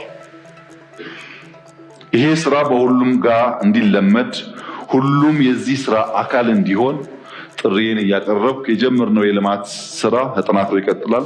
የኢትዮጵያ ልማት በማንኛውም ኢኮኖሚን በሚያቅ ተቋምም ሆነ ግለሰብ አይን ምሳሌያዊ ነው። አይኤምኤፍ ጋር እነጋገራለን፣ ወርልድ ባንክ ጋር እነጋገራለን፣ ከአፍሪካ ዴቨሎፕመንት ባንክ ጋር እነጋገራለን፣ ታዋቂ ኢኮኖሚስቶች ጋር እነጋገራለን፣ የአፍሪካ መሪዎች ጋር እነጋገራለን። ሁሉም በአርአያነት የሚመለከቱት ተግባር ነው። ይህ እንዲጠናከር እንዲሰፋ ጥረት እናድርግ ቢባል ካልሆነ በቀር ኢትዮጵያ ውስጥ ባለው ፈተና ውስጥ እየመጣ ያለው ውጤት ታይቶም አይታወቅም። አልነበረም፣ እስካሁን አልነበረም። በዚህ መነጽር ማየት ቢቻል ጥሩ ይሆናል። ግጭትን በሚመለከት የግጭት ተፈጥሮና እድገት ከመሰረቱ የማየት ልምምድ ካልፈጠርን ላዩን ብቻ የምናይ ከሆነ እንስታለን። ግጭት ንጣፍ አለው። እያንዳንዱ ንጣፍ እያንዳንዱ ሌየር እያነሱ ማየት ይፈልጋል። ትሪገሪንግ ፖይንቷን ብቻ አይቶ የሚናገር ሰው ግጭት ሊፈታ አይችልም። ከትሪገሪንግ ፖይንቱ አንድ ዝቅ ስንል ፕሮክሲሚቲ አለው። ከሱ ዝቅ ስንል ስትራክቸራል ችግር አለው። ስትራክቸራል ችግሩን ያልተገነዘበ የትኛውም አካል ችግር ሊፈታ ቢያስብ ይቸገራል። ምክንያቱም ግጭት ከሁሉም ኩነቶች በላይ ከሰው ልጅ ተፈጥሮ ጋር ከሞላ ጎደል እኩል የነበረ ነገር ነው። ሰው ተፈጠረ፣ ግጭት ጀመረ። ያው እንደምታውቁት በአቤልና በቃየል እንደጀመረው ማለት ነው። ከሰው ልጅ እድሜ ጋር ነው ግጭት የኖረው፣ ሳይዙ ከፍ ዝቅ እያለ። በጣም ብዙ ፈላስፋዎች፣ ተመራማሪዎች፣ አዋቂዎች ግጭትን ለማስቀረት ብዙ ጥናት፣ ብዙ ምርምር አካሂደዋል፣ ብዙ ጽፈዋል። ፒስ በጣም ውድ የሆነ ኮሞዲቲ ነው፣ መገንባት ያለበት ነው። ግን ሁለት አከራካሪ ጉዳዮች አሉ ሰላም በሚመለከት።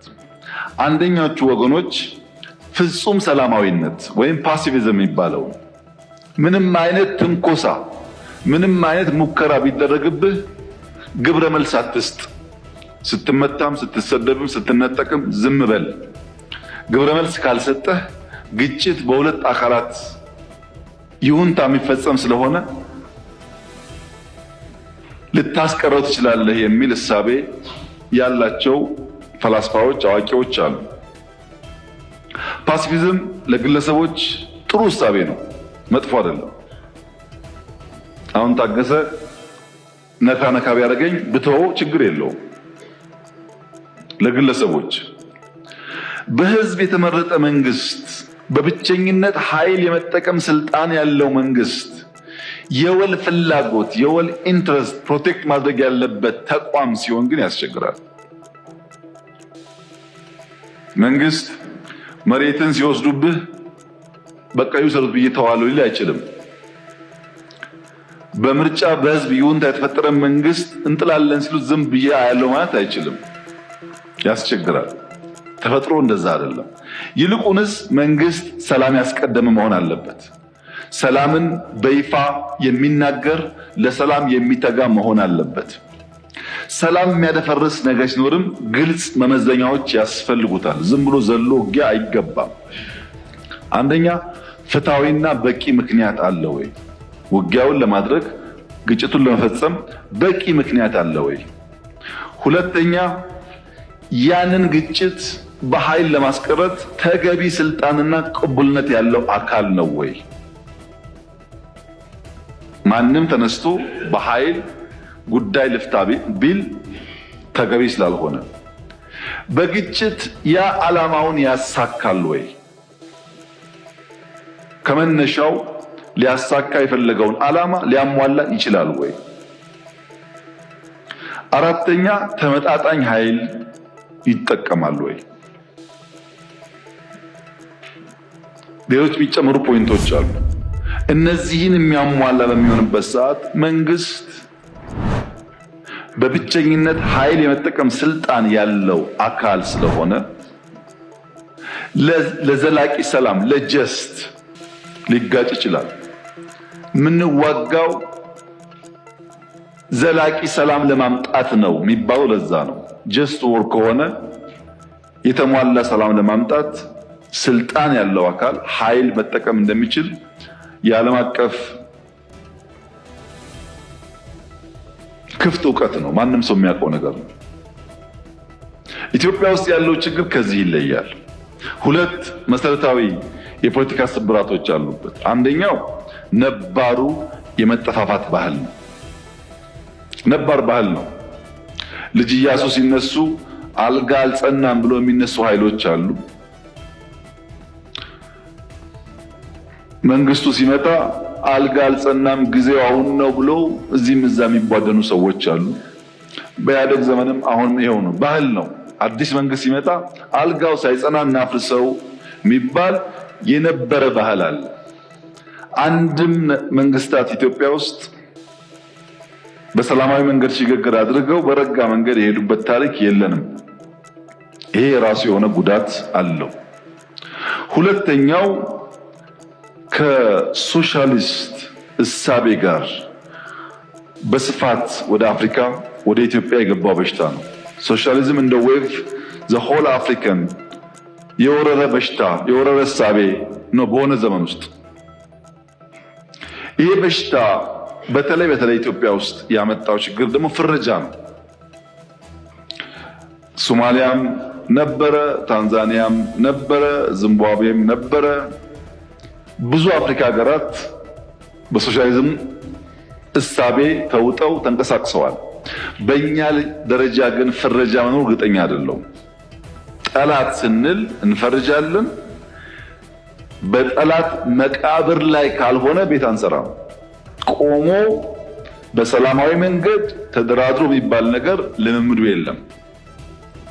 የኢትዮጵያ ፖለቲካል ፓርቲና እሳቤው ከጀመረበት ጊዜ ጀምሮ 1960 አካባቢ ጀምሮ ያለውን ብንመለከት ተማሪዎች ሁሉም አንድ እሳቤ አይዲዮሎጂ ይዘው በሆነ ምክንያት ግራና ቀኝ ከቆሙ በኋላ መሳሪያ ሳይኖራቸው እስክሪብቶ ያላቸው ተማሪዎች በጽሁፍ በንግግር ከመጨቃጨቅ ይልቅ መሳሪያ ተውሰውና ገዝተው መገዳደል ጀመሩ። ተማሪዎች፣ መንግስት አይደለም፣ ተማሪዎች። እነዚህ ተማሪዎች ከመንግስት ጋር በነበረው ግጭት ከተማ ውስጥ መቆየት ሲያቅታቸው በረሃ ሲሄዱ ከመንግስት ጋር አይደለም፣ አንድ ዩኒቨርሲቲ የነበሩ ተማሪዎች በረሃ በውስጣቸው ከሌሎች ኃይሎች ጋር ባደረጉት ውጊያ ተባሉ። ኢህአፓና መኢሶን ከተማ ውስጥ መውሰድ ይቻላል። ኢህአፓና ቲፒኤልኤፍ በአሲምባ መውሰድ ይቻላል። ከበረሃ ከወጡ በኋላ ተሰደው ትግሉ እንደማያዋጣ አውቀው ወደ ውጭ ሀገር ከሄዱ በኋላ አሁንም ባሉበት ሀገር አይን ላይ መታየት አይችሉም። ከ10፣ 20፣ 30 ዓመት በኋላ ከዛ አልፏል። አንዳንዶቹም ሲጽፉ መጽሐፎቻቸውን ያያችሁ እንደሆነ ዛሬ ከ40፣ 50 ዓመት በኋላ እዛው ቆመው ይወቃቀሳሉ እንጂ ይህን ማድረግ ሲገባን አይሉም። ፍረጃው በጉርምስናና በኢሞሽን ሃይ በሆነበት ጊዜም በስተርጅና ጊዜም እምብዛም ሲቀየር አይታይም። ይሄ የፍረጃ ችግር በሁሉም አፍሪካ ሀገሮች መኖሩ እርግጠኛ አይደለሁም። እኛ ጋር ይበረታል። ትንሽም ጭላንጭል መልካም ነገር ስናይ ለመናገር በሚያስቸግር ደረጃ ነው እኛ ጋር ያለው ፍረጃ።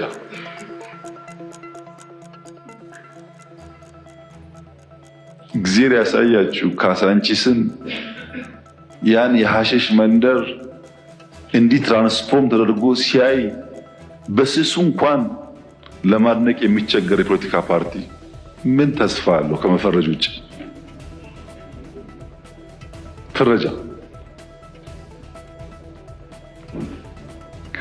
ይሄ ጉዳይ በዚህ የተመረጠን መንግስት በኃይል ለማፍረስ ዘለን 4 ኪሎ የሚባል መፈክር ተራ ልምምድ ሆኗል። በረሃ ለገቡት አይደለም፣ በአንድ እግራቸው በረሃ በአንድ እግራቸው ፓርላማ ላሉት ጭምር ማለት ነው። በኃይል ስልጣን መያዝ አቅሎ የመመልከት ችግር በስፋት አለ። በኢትዮጵያም ታሪክ እንደምንመለከተው እነዚህ ነውጠኛ ነፃ አውጪ ታጣቂዎች በመጀመሪያ ደረጃ ሰለባ የሚያደርጉት ተጎጂ እንታገልላለን የሚሉት የራሳቸውን ህዝብ ነው።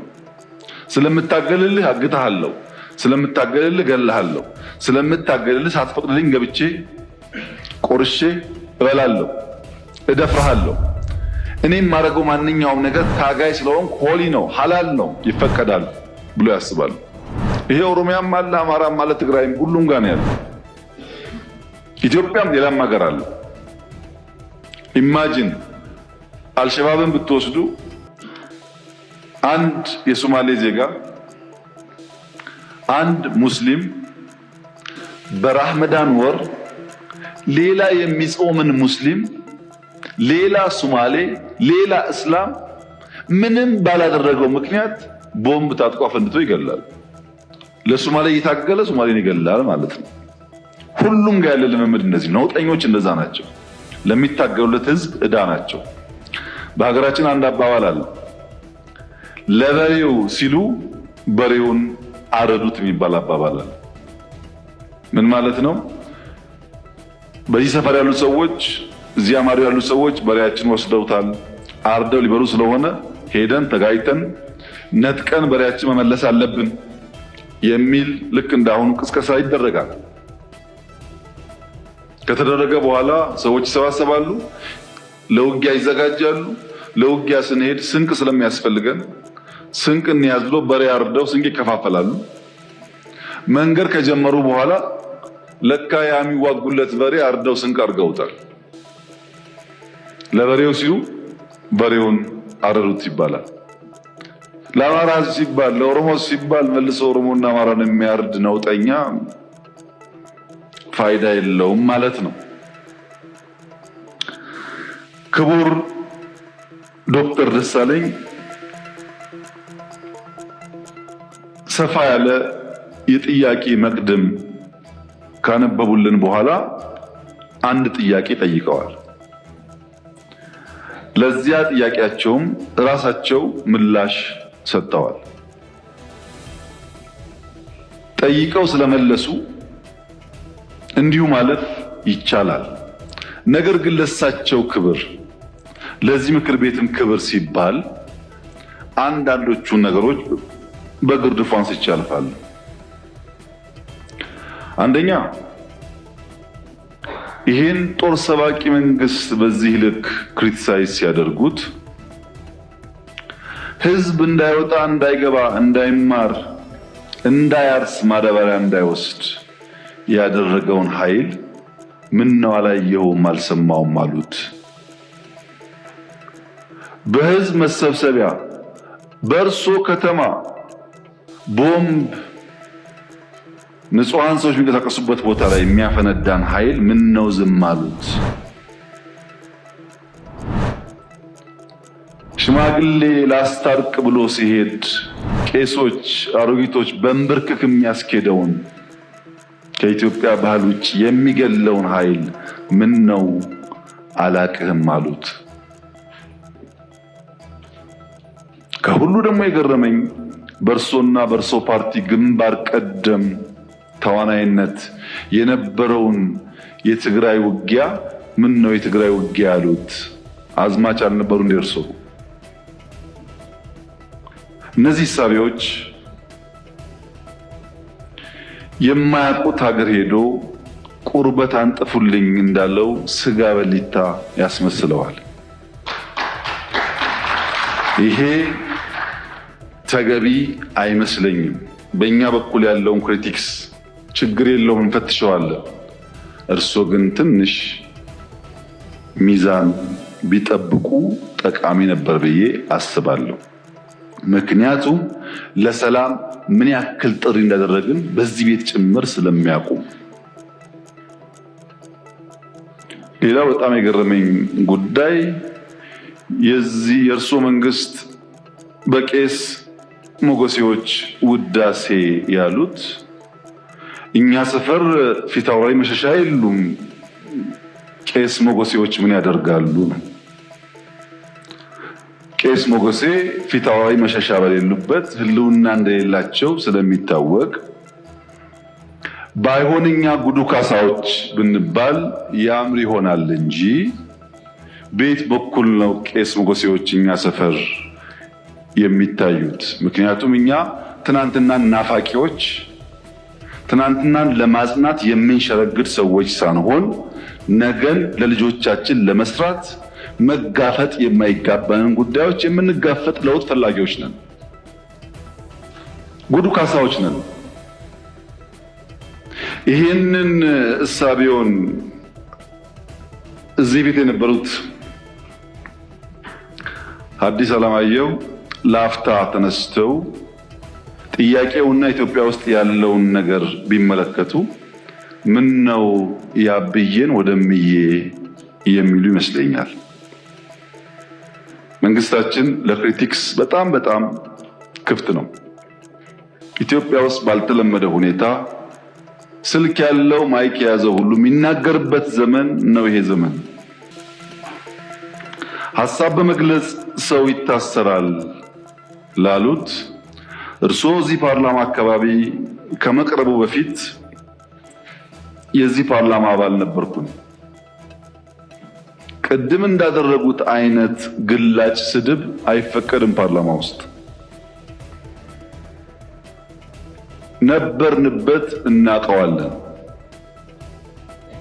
ሰው በንግግሩ የሚታሰር ከሆነ ጦረኛ፣ ግጭት ጨማቂ፣ ጆሮ የሌለው ከሚል በላይ ስድብ ምን አለ? እዚህ ፊት ለፊታችን ሆነው እየተሳደቡ እንኳን ካልታሰሩ ሰው በንግግሩ ብቻ አይታሰርም ማለት ነው። ጦረኛ፣ ግጭት ጨማቂ፣ ጆሮ አልቦች ካሉ በኋላ ልክ እናስገባችኋለን በትጥቅ በ2 ሳምንት 4 ኪሎ እንገባለን ቢጨምሩበት ግን እርሶም አይቀርሉት ነበር። በመሳደብ አይደለም። ከዚህ አልፎ በኃይል የተመረጠን መንግስት መናት ሲጨመርበት ነው ጸብ የሚመጣው።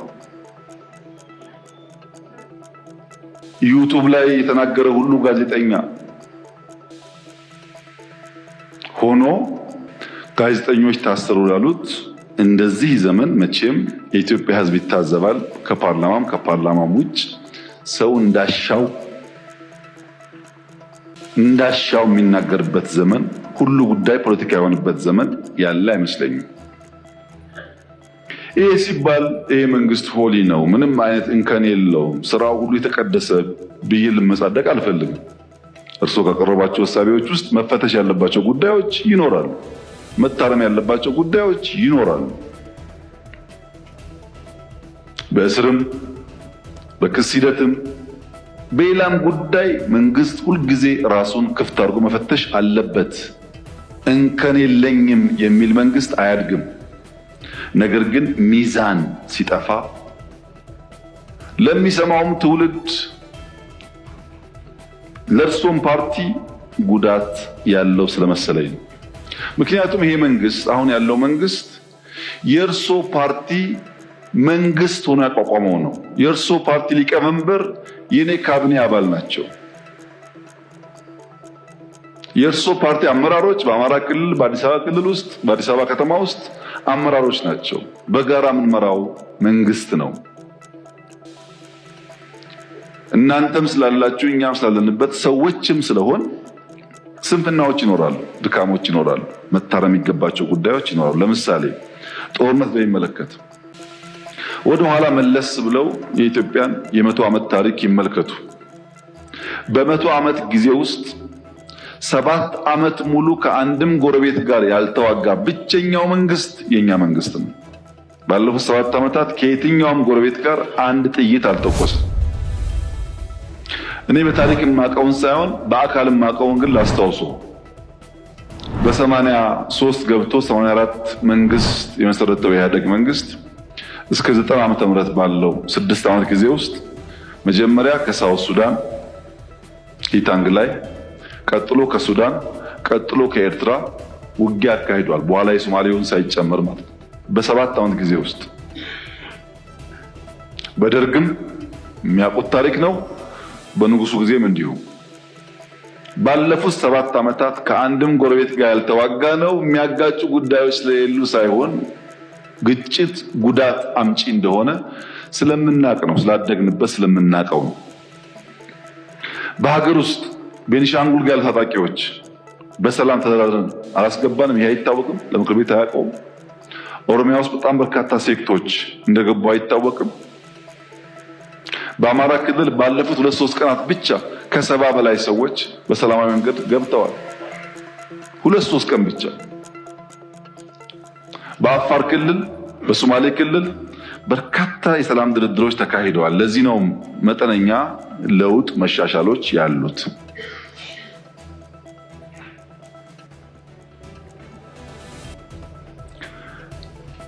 ስለታሰሩ እስረኞች ያነሱት ይህ ፓርላማ እነዚህን እስረኞች ስንቴ ጎበኛቸው? ሄዳችሁ አላያችሁም? አልጎበኛችሁም? በሚዲያ ይቻል ውስጥ ጎበኙ።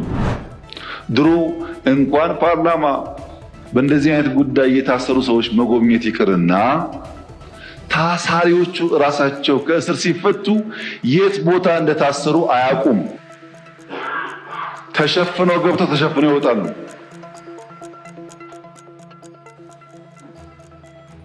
ይሄማ ተቀይሯል፣ ተሻሽሏል፣ ለውጥ አለ።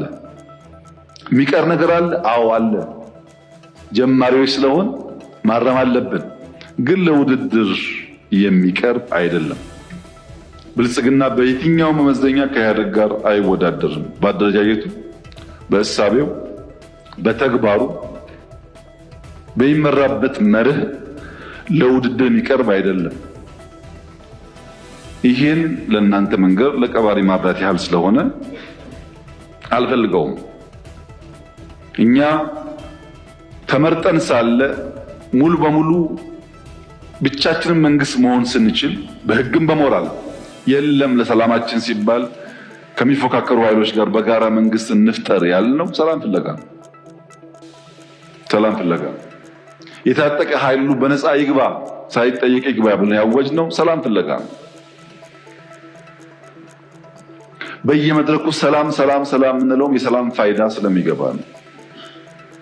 ኢንክሉሲቭ ናሽናል ዲያሎግ ኢትዮጵያ ውስጥ ሲለመን የከረመ አጀንዳ ነው። ጠቃሚ ነው። በሺህ የሚቆጠር ሰው ያለውን ማንኛውም ሐሳብ በነፃነት እያነሳበት ያለ አውድ ነው። ይሄ መጠናከር አለበት። ጠቃሚ ነው። በአንድ በኩል ችግር አለ። ህገ መንግስቱ ይቀደድ ይባላል። የለም እኛ አንቀድም፣ ህዝብ አወያይተን አማክረን ሁሉም ሳይኖሮት ነው የሚቀየረው ደግሞ ሲባል ፕሮሰሱን አንፈልግም ይባላል። አብሮ አይሄድም። ለምሳሌ ከፍትህ ስራ ጋር ተያይዞ የተነሳው በአንድ በኩል ክስ አቅርባችሁ ክሱ ተጓተተ ይባላል። የኛ ስራ ወንጀለኛ ላልነው ሰው ክስ ማቅረብ ነው። መልሰን ፍርድ የምናስፈርድ ከሆነ የሚታሰበው የቼክ ኤንድ ባላንስ ጉዳይ ጠፋ ማለት ነው። ባይከሰሱ ሳይከሰሱ ታሰሩ ይባላል። ታስረው ከተከሰሱ ግን መንግስት ሚናውን እየተወጣ እንዳለ ቢወሰድ ጥሩ ይመስለኛል። ይሄ ሆኖ ነፃነት ለማስተዳደር ችግር አለ። ዲሞክራሲን፣ ነፃነትን፣ ህግን በቅጡ ልምምድ ስላልነበረ አሁን እንቸገራለን። ለዚያም መንግስት መታገስ ይኖርበታል። በብዙ ባለፈው ፓርላማ ላይ ድርድር እያካሄድን ነው ከተቃዋሚዎች ጋር ብያችሁ ነበር። ከኦነጎችም አማራ ክልል አካባቢ ካሉ የሚንቀሳቀሱ ኃይሎችም ድርድሮች ነበሩ። በነገራችን ላይ በአማራም በኦሮሚያም በየትኛውም ጎጥ ያለ የጎበዝ አለቃ በየትኛውም ጎጥ ያለ በግራም በቀኝ ይደራደራል። እኔ አይደለሁም እሱ ነው ይላል እንጂ ሲወጣ ይደራደራል፣ ሽማግሌ ይልካል። ልክ እኔ ካልኩ በኋላ ግን የሚደራደረው ኤክስ ነው፣ መደራደር ተገቢ አይደለም ብሎ የሚዘምተው ደግሞ ራሱ የሚደራደረው አካል ነው።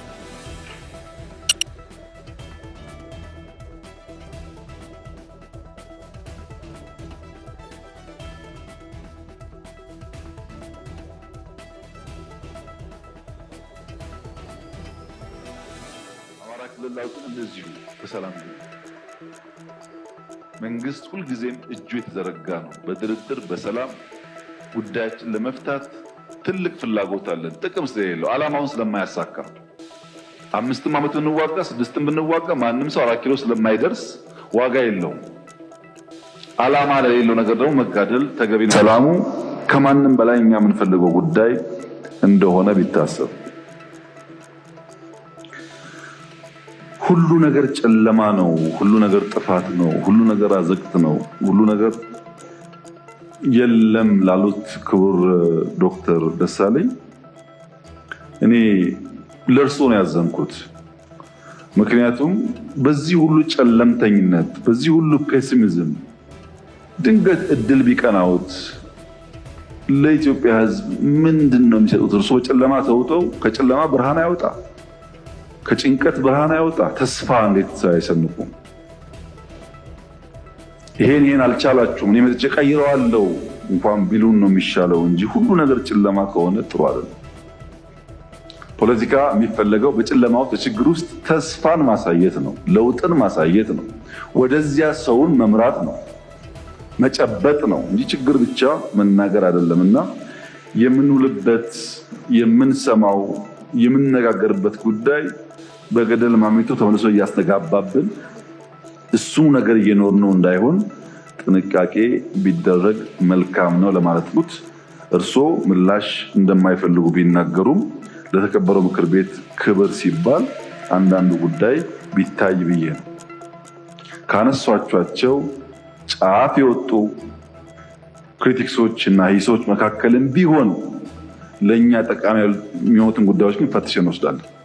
ማደግ ስለምንፈልግ መለወጥ ስለምንፈልግ ከማንም ወገን የሚነሳ ክሪቲክስ በግርድፉ መጣል አንፈልግም። ሚዛናዊነት ግን ከእርሶ እና ከመሰሎቹ እንጠብቃለን ለማለት ነው። ፕሪቶሪያ በሚመለከት ፕሪቶሪያ ታሪካዊ ስምምነት ነው። ለብዙዎች ልምድ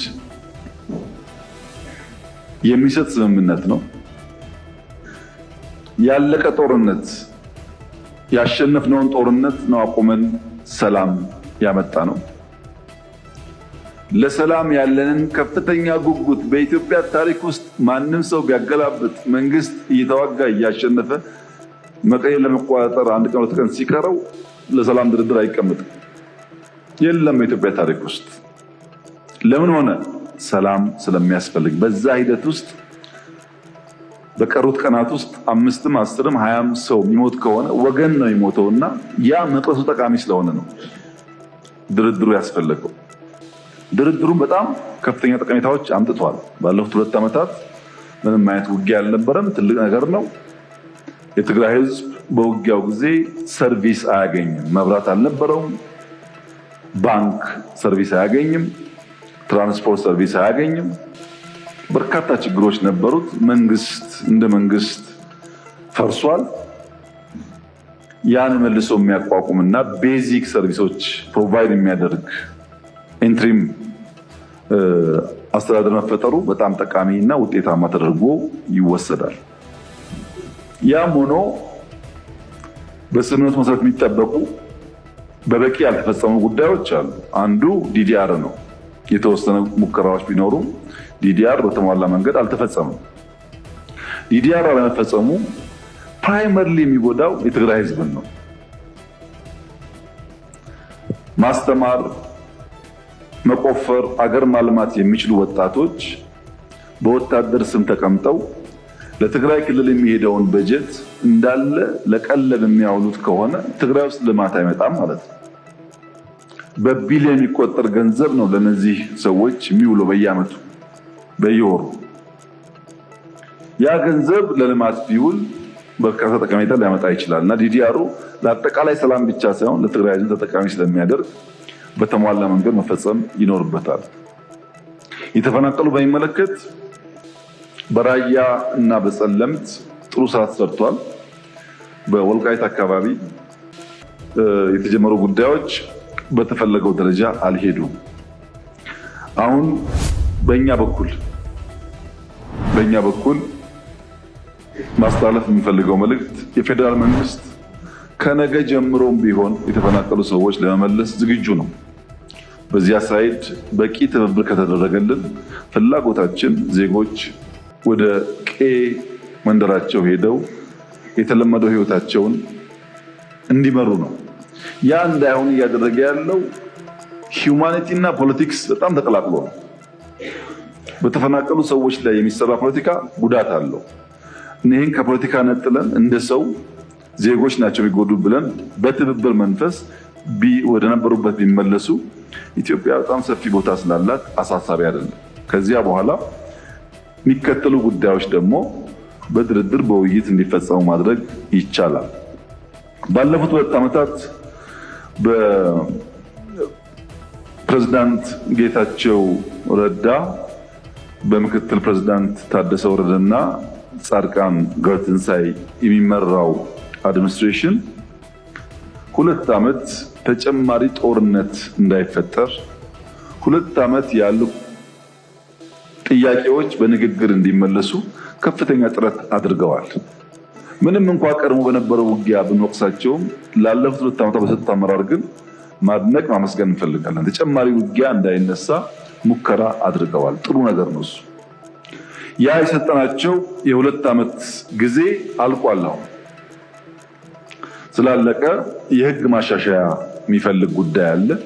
ተጨማሪ ጊዜ ስለሚጠይቅ ህግ መሻሻል አለበት። ህግ ሲሻሻል ደግሞ እስካሁን የነበረው አፈጻጸም መገምገም አለበት። ተገምግሞ መጠነኛ ለውጥ ተደርጎ የፕሪቶሪያን ስምምነት በሚያከብር መንገድ ኢንትሪም አድሚኒስትሬሽኑ እስከሚቀጥለው ምርጫ ድረስ ስራውን እየሰራ ህዝቡን ለምርጫ ማዘጋጀትና ህዝቡን የስልጣን ባለቤት የማድረጉን ፕሮሰስ ማረጋገጥ ይጠበቅበታል።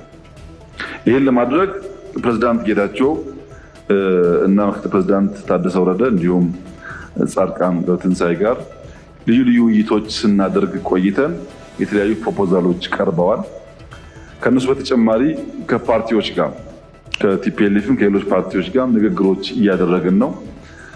በዚህ ንግግር መሰረት ህግ አሻሽለን ለሚቀጥለው 1 ዓመት መጠነኛ ማሻሻያ አድርገን ኢንትሪም አድሚኒስትሬሽን ይቀጥላል የሚል እምነት ነው በእኛ በኩል ያለው። ሲቀጥል በግለሰቦች ደረጃ ለውጥ ሊካሄድ ይችላል። ግለሰቦች ሊቀያየሩ ይችላሉ። የነበረው ስራ ተገምግሞ በጠንካራ ጎናቸው ተሞግሰው በደካማ ጎናቸው ተወቅሰው የሚቀያየሩ ግለሰቦች ሊኖሩ ይችላሉ። የትግራይ ህዝብ ጦርነት እንደማይፈልግ እኔም ሳወያያቸው በልዩ ልዩ መንገድ ገልጸዋል። ጦርነት ለትግራይ ከእንግዲህ አያስፈልግም። ማንኛውም ጉዳይ ካለ በንግግር በውይይት መፍታት ይቻላል። ትግራይ መላ ኢትዮጵያ ጦርነት አይፈልግም፣ አይፈጠርም ብዬም ተስፋ አደርጋለሁ። አልፎ አልፎ በግለሰቦች ደረጃ መከላከያ በአማራና በኦሮሚያ ተበትኗል፣ ተወጥሯል እና ጊዜው አሁን ነው ብለው የሚያስቡ ግለሰቦች እንዳሉ እንሰማለን። ምክሬ አይመስለኝም፣ አያዋጣም፣ ተውት ነው። እንደዛ አይመስለኝም፣ አያዋጣም፣ ድሮም አላዋጣም፣ አሁንም አያዋጣም። የሚያዋጣው መነጋገር ብቻ ነው። በንግግር ውስጥ ይመለሳል። በእኛ በኩል ነገር ማጋጋል ብንፈልግ ፍላጎታችን ጦርነት ጨማቂዎች ብንሆን ኖሮ በቂ ምክንያቶች ነበሩ፣ ግን አንፈልግም። ከሰላማ ከእያንዳንዷ ቀን ስለምናተርፍ አብዝተን እንሰራው ለሰላም እና በትግራይ ያለው ሁኔታ በንግግርና በውይይት በቅርቡ ከገመገምን በኋላ የሚቋቋመው መንግስት እስከሚቀጥለው ምርጫ የተሻለ ስራ እንደሚሰራ በተለይም ዲዲአሩን የተፈናቀሉ በመመለስና የህዝቡ የልማት ጥያቄ በመመለስ የበኩሉ ሚና እንደሚጫወት ተስፋ ይደረጋል። ከሁሉም ኃይሎች ጋር እየተነጋገርን ነው። ስናጠቃልል ለሚቀጥሉት ጊዜያት ለህዝብ የሚገለጽ ይሆናል። ፍትህን በሚመለከት ፍትህ አሁናዊና ውርስ ችግር አለበት። በውርስም የምታውቁት በሽታ አለበት፣ አሁናዊም ችግር አለበት። የህግ ማሻሻያ ለማድረግ በጣም ሰፊ ስራዎች ተሰርተዋል። ለውጦች በትንሹም ቢሆን እየታዩ ነው። በተለይ ቴክኖሎጂ ለመጠቀም አይሲቲ ለመገንባት እና የዋይድ ኤሪያ ኔትወርክ ለመስራት የፍርድ ቤት አመራሮች ከፍተኛ ጥረት እያደረጉ ነው። በቅርቡም እንደሚጠናቀቅ ይጠበቃል። ያ የፍትህ ስርዓቱን በተለይ ከችሎት ጋር ተያይዞ ያለውን ከዳታ ጋር ተያይዞ ያለውን ችግር ይቀርፋል ተብሎ ይጠበቃል። በእኛ በኩል ባህላዊ ፍርድ ቤቶች ለማስፋት ሞክረናል ችግሩን ለመፍታት። ሪፎርሙን ግን በበቂና ውጤታማ በሆነ መንገድ ለመምራት ከኔ ይልቅ እናንተን መጠየቅ የሚሻል ይመስለኛል።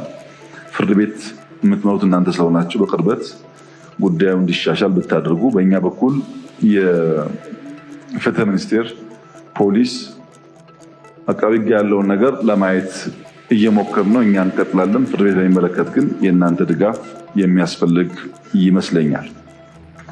ትምህርትን በሚመለከት የተነሳው ጥያቄ ትክክለኛ ጥያቄ ነው። የተከበረው ምክር ቤት እንዲገነዘብ የምንፈልገው ነገር በየከባቢው የምንዋጋቸው ሰዎች የድንቁርና ጌቶች ናቸው። የምንዋጋው ከድንቁርና ጌቶች ጋር። እነዚህ ሰዎች አትማሩ፣ አትታከሙ፣ አትረሱ የሚሉ ናቸው። የሚገርመው አንድ አካባቢ ላይ የኤችአይቪ፣ የስኳር፣ የወባ መድኃኒት ከፋርማሲ አውጥተው የሚደፉ ግን ለዛ ህዝብ የሚታገሉ ኃይሎች ያሉበት ማዳበሪያ ለህዝቡ እንዳይደርስ የሚጥሩ ናቸው። ትምህርት ምን ያደርግላቸዋል? የጅብ ቆዳ እጃቸው ላይ አስረው ጥይት አይመታንም ብሎ የሚታገሉ ሰዎች ትምህርት ምን ያደርግላቸዋል? በቅርቡ አንድ ቦታ ላይ የጅብ ግልገል ተሸክመው ሲሄዱ አገኘናቸው። ለምን ሲባል ጥይት እንዳይመታ ነው። እና እነዚህ ድንቁርና ጌቶች ትምህርት እንዳይስፋፋ በብዙ እየጎዱን ይገኛሉ። ልጆቻችን እንዳይማሩ የድሮ ሽፍቶች እንኳን በየአካባቢያቸው ያሉ መድረሳና አብነት ትምህርት ቤቶች አይዘጉም። ሽፍቶች ናቸው። አብነት ትምህርት ቤት ከሆነ አይነቁም፣ መድረሳ አይነቁም። የአሁኖቹ ከነሱም የባሱ ናቸው። ሎሬት ጸጋዬ እንዳይነግርህ አንዳች እውነት የሚል ግጥም አለ። በግርግር በጩኸት በመረበሽ ዝግ ብሎ ባለማሰብ ከእውነት ለመደበቅ የሚደረግ ሙከራ ስላለ በዜጎች ላይ ከፍተኛ ጉዳት እያመጣ ነው። በእኛ በኩል በተገኘው አጋጣሚ ሰፋፊ ትምህርት ቤት ጥገናዎች፣ በተለይ ሁላችሁም እንደምታውቁት ኤርሊ ኤጁኬሽን ኪንደርጋርተን ላይ ዜሮ ክፍል ላይ ሰፋፊ ስራ እየሰራን ነው። ከመጽሐፍ ሽያጭም ሳይቀር አብዛኛው የገነባነው ትምህርት ቤት ነው። ትምህርት ያስፈልጋል የሚል የጸና እምነት ስላለን ይህን ወደፊትም በሚቻል አጋጣሚ ሁሉ ከህዝባችን ጋር በመሆን እያሰፋን የምንሄደው ጉዳይ ይሆናል። ጤና በሚመለከት ኤርሊ ዋርኒንግ ችግር አለ ለተባለው ችግር አለ፣ ግን ሰፋፊ ጥረቶች እየተካሄዱ ነው። ቀድሞው የሚተነብዩ ሴንተሮች አሉ። ሲዲሲን ጨምሮ ሰፋፊ ስራ እየተሰራ ይገኛል። በዚያም የብዙ ዜጎች ህይወት ለመታደግ እየደገፉ ነው። ነገር ግን መድኃኒት ስለማናመርት ፈጥነን የመድረስ አቅማችን ውስን ስለሆነ ቴክኖሎጂን በበቂ ስለማንጠቀም አሁንም ችግሮች አሉ። ገምግመናል። ሰፋፊ ስራዎች ተጀምረዋል። ውጤት እንደሚመጣ ይጠበቃል። መድኃኒት ግን የማያመርት ሀገር፣ ነዳጅ የማያመርት ሀገር፣ ማዳበሪያ የማያመርት ሀገር ሁልጊዜም ቢሆን ወይ በግዢ ወይ በትራንስፖርት ወይ በጊዜ መሰቃየቱ አይቀርም። መፍትሄው ደረጃ በደረጃ እያመረቱ የራስን ፍላጎት በራስ እየመለሱ መሄድ ይሆናል። ተፈናቃዮች በሚመለከት ገፊ ምክንያቶች የተግባርና የአመለካከት ችግሮች አሉ። በርካታ ሰዎች እየተመለሱ ነው። አሁንም የተፈናቀለ ቁጥር ማጋነን፣ የተሳሳተ መረጃ መስጠት፣ እንዳይመለሱ መቀስቀስ የተለመደ የወል ተግባር ሆኗል። ብዙ ቦታ ላይ የሚታይ ተግባር ሆኗል። ዩኒፎርም ነው። በየቦታው ያሉ ተፈናቃዮች እንዳይመለሱ ጥረቶች ይደረጋሉ። የሚመለሱትን እየደገፍን ቁጥር ለመቀነስ ጥረት ይደረጋል። እስካሁን የተገኘው ውጤትም በዚያው መንገድ እያጠናከርን እንሄዳለን። ፕሮጀክቶች በሚመለከት የተነሱ ጥያቄዎች በየወረዳው ከመንገድ ከግድብ ጋር ተያይዞ ጥያቄዎቹን እንመረምራቸዋለን። ችግር ይኖራል ብለን ስለምናስብ እንፈትሻቸዋለን። ነገር ግን የተከበረው ምክር ቤት እንዲገነዘብ የሚያስፈልገው የአዋጭነት ጥናት ሳይካሄድ የተዘራው የድንጋይ ማዕት ብዙ ነው። የወረስነው ዕዳና መሰረተ ድንጋይ ነው። መጀመር እንደ ስራ ተወስዶ መጨረስን ታሳቢ ያላደረጉ በጣም በርካታ ስራዎች በየቦታ ተጀምረዋል። ስንሄድ መንግስት ቃል ገብቶ መንግስት እንዲያደርጎ እንባላለን። ያን ሁሉ መመለስ ጊዜም ገንዘብም ይጠይቃል። ያም ሆኖ ግን እኛ የጀመርናቸውን ስራዎች በአፋጣኝ ለመጨረስ ከፍተኛ ጥረት እያደረግን ነው። አዋጅ 1210 የ2012ቱ ፕሮጀክትን በሚመለከት ፖሊሲዎቻችን፣ መመሪያዎቻችን ከዛ የተቀዱቱ አጥንተን እንድንገባ ጀምረን እንድንጨርስ የሚያስገድዱ ናቸው። ግን አሁንም ቢሆን ኢትዮጵያ ውስጥ ፕሮጀክት ጀምሮ መጨረስ በጣም ብዙ መማር የሚገቡ ነገሮች እንዳሉ ያሳያል። ማንኛውም ስራ ፕሮጀክት ነው። አስቀድመን አጥንተን አቅማችን አውቀን ጀምረን ፎሎ አድርገን የማንጨርሰው ከሆነ መልሶ ዕዳ ይሆናል፣ መልሶ ኪሳራ ይሆናል እና ውጤቶች ያየንባቸው ጉዳዮች ቢኖሩ ተጨማሪ ጥረቶች እንደሚጠበቁ እናምናለን። በዚያው አግባብ እየፈተሽን እያረምን የህዝቡን ጥያቄ እየመለስን ለመሄድ አቅም በፈቀደ መጠን ጥረት ይደረጋል። ህዳሴን በሚመለከት እንደተባለው ብዙ ዋጋ የተከፈለበት ነው። 1 ብር እርዳታም ሆነ ብድር ከውጭ ያልተገኘበት ነው። ብዙ ፈተና አይተንበታል። ቅድም ማዳበሪያ እንደነሳውላችሁ ለህዳሴ የሚውሉ ግብአቶች ከ2 ወር ተኩል ያላነሰ ከጅቡቲ እስከ ህዳሴ አጅበን እየወሰድን የሰራ ነው። 2 ወር ተኩል እያንዳንዱ መኪና የገንዘቡ ሳያንስ የውጭ ጫና ሳያንስ ከተገዛና አገር ከገባ በኋላ ያንን ነገር ማድረስ በጣም አስቸጋሪ ነው የነበረው። ፕሮጀክት ላይ ቅድም አንስቼ የተውኩት ጉዳይ አንዱ ያለብን ፈተና አንዳንድ አካባቢ ሁሉ ጋር አይደለም፣ አንዳንድ አካባቢ ህዝቡ መንገድ ካልተሰራልኝ ድልድይ ካልተሰራልኝ ብሎ ከጠየቀ በኋላ ፕሮጀክቱ ጨረታ ወጥቶ ስራ ሲጀመር ከዛ አካባቢ መቅጠር አለባችሁ ሰዎች ስራ መፍጠር አለባችሁ ስለሚባል አንዳንድ ቦታ የተቀጠሩ ሾፌሮች የኩባንያውን መኪና የተቀጠሩበትን ኩባንያ መኪና ይዘው ወጥተው ከመኪና ውስጥ ነዳጅ በጀሪካን ቀርተው ይሸጣሉ። የከፋው ደግሞ ሾፌር መኪናውን አቁሞ ሁሉንም ጎማ ፈቶ መኪናውን ጥሎ ጎማ ይዞ የሄደበት ቦታም አለ። የኛ የልማት ፍላጎት ለካሳ ጥያቄ፣ የኛ የልማት ፍላጎት ጎማ ለመስረቅ፣ አንዳንድ ቦታ ደግሞ እርሻ ያቃጥላሉ። የታረሰ የግለሰብ ኢንቨስትመንት እርሻ ያቃጥላሉ። ይሄን ማህበረሰቡ መፈተሽ አለበት። ገንዘቡ የራሱ ነው። የራሱን ሀገር ሀብት በሌላ መንገድ ሲዘረፍ እያየ መተው ተገቢ አይደለም እና ህዳሴ ላይም ብዙ መከራ ታይቷል። ክቡር አቶ መሐመድ እንዳነሱት ቢበዛ በሚቀጥሉት 6 ወራት በጋራ ሪቫን እንቆርጣለን።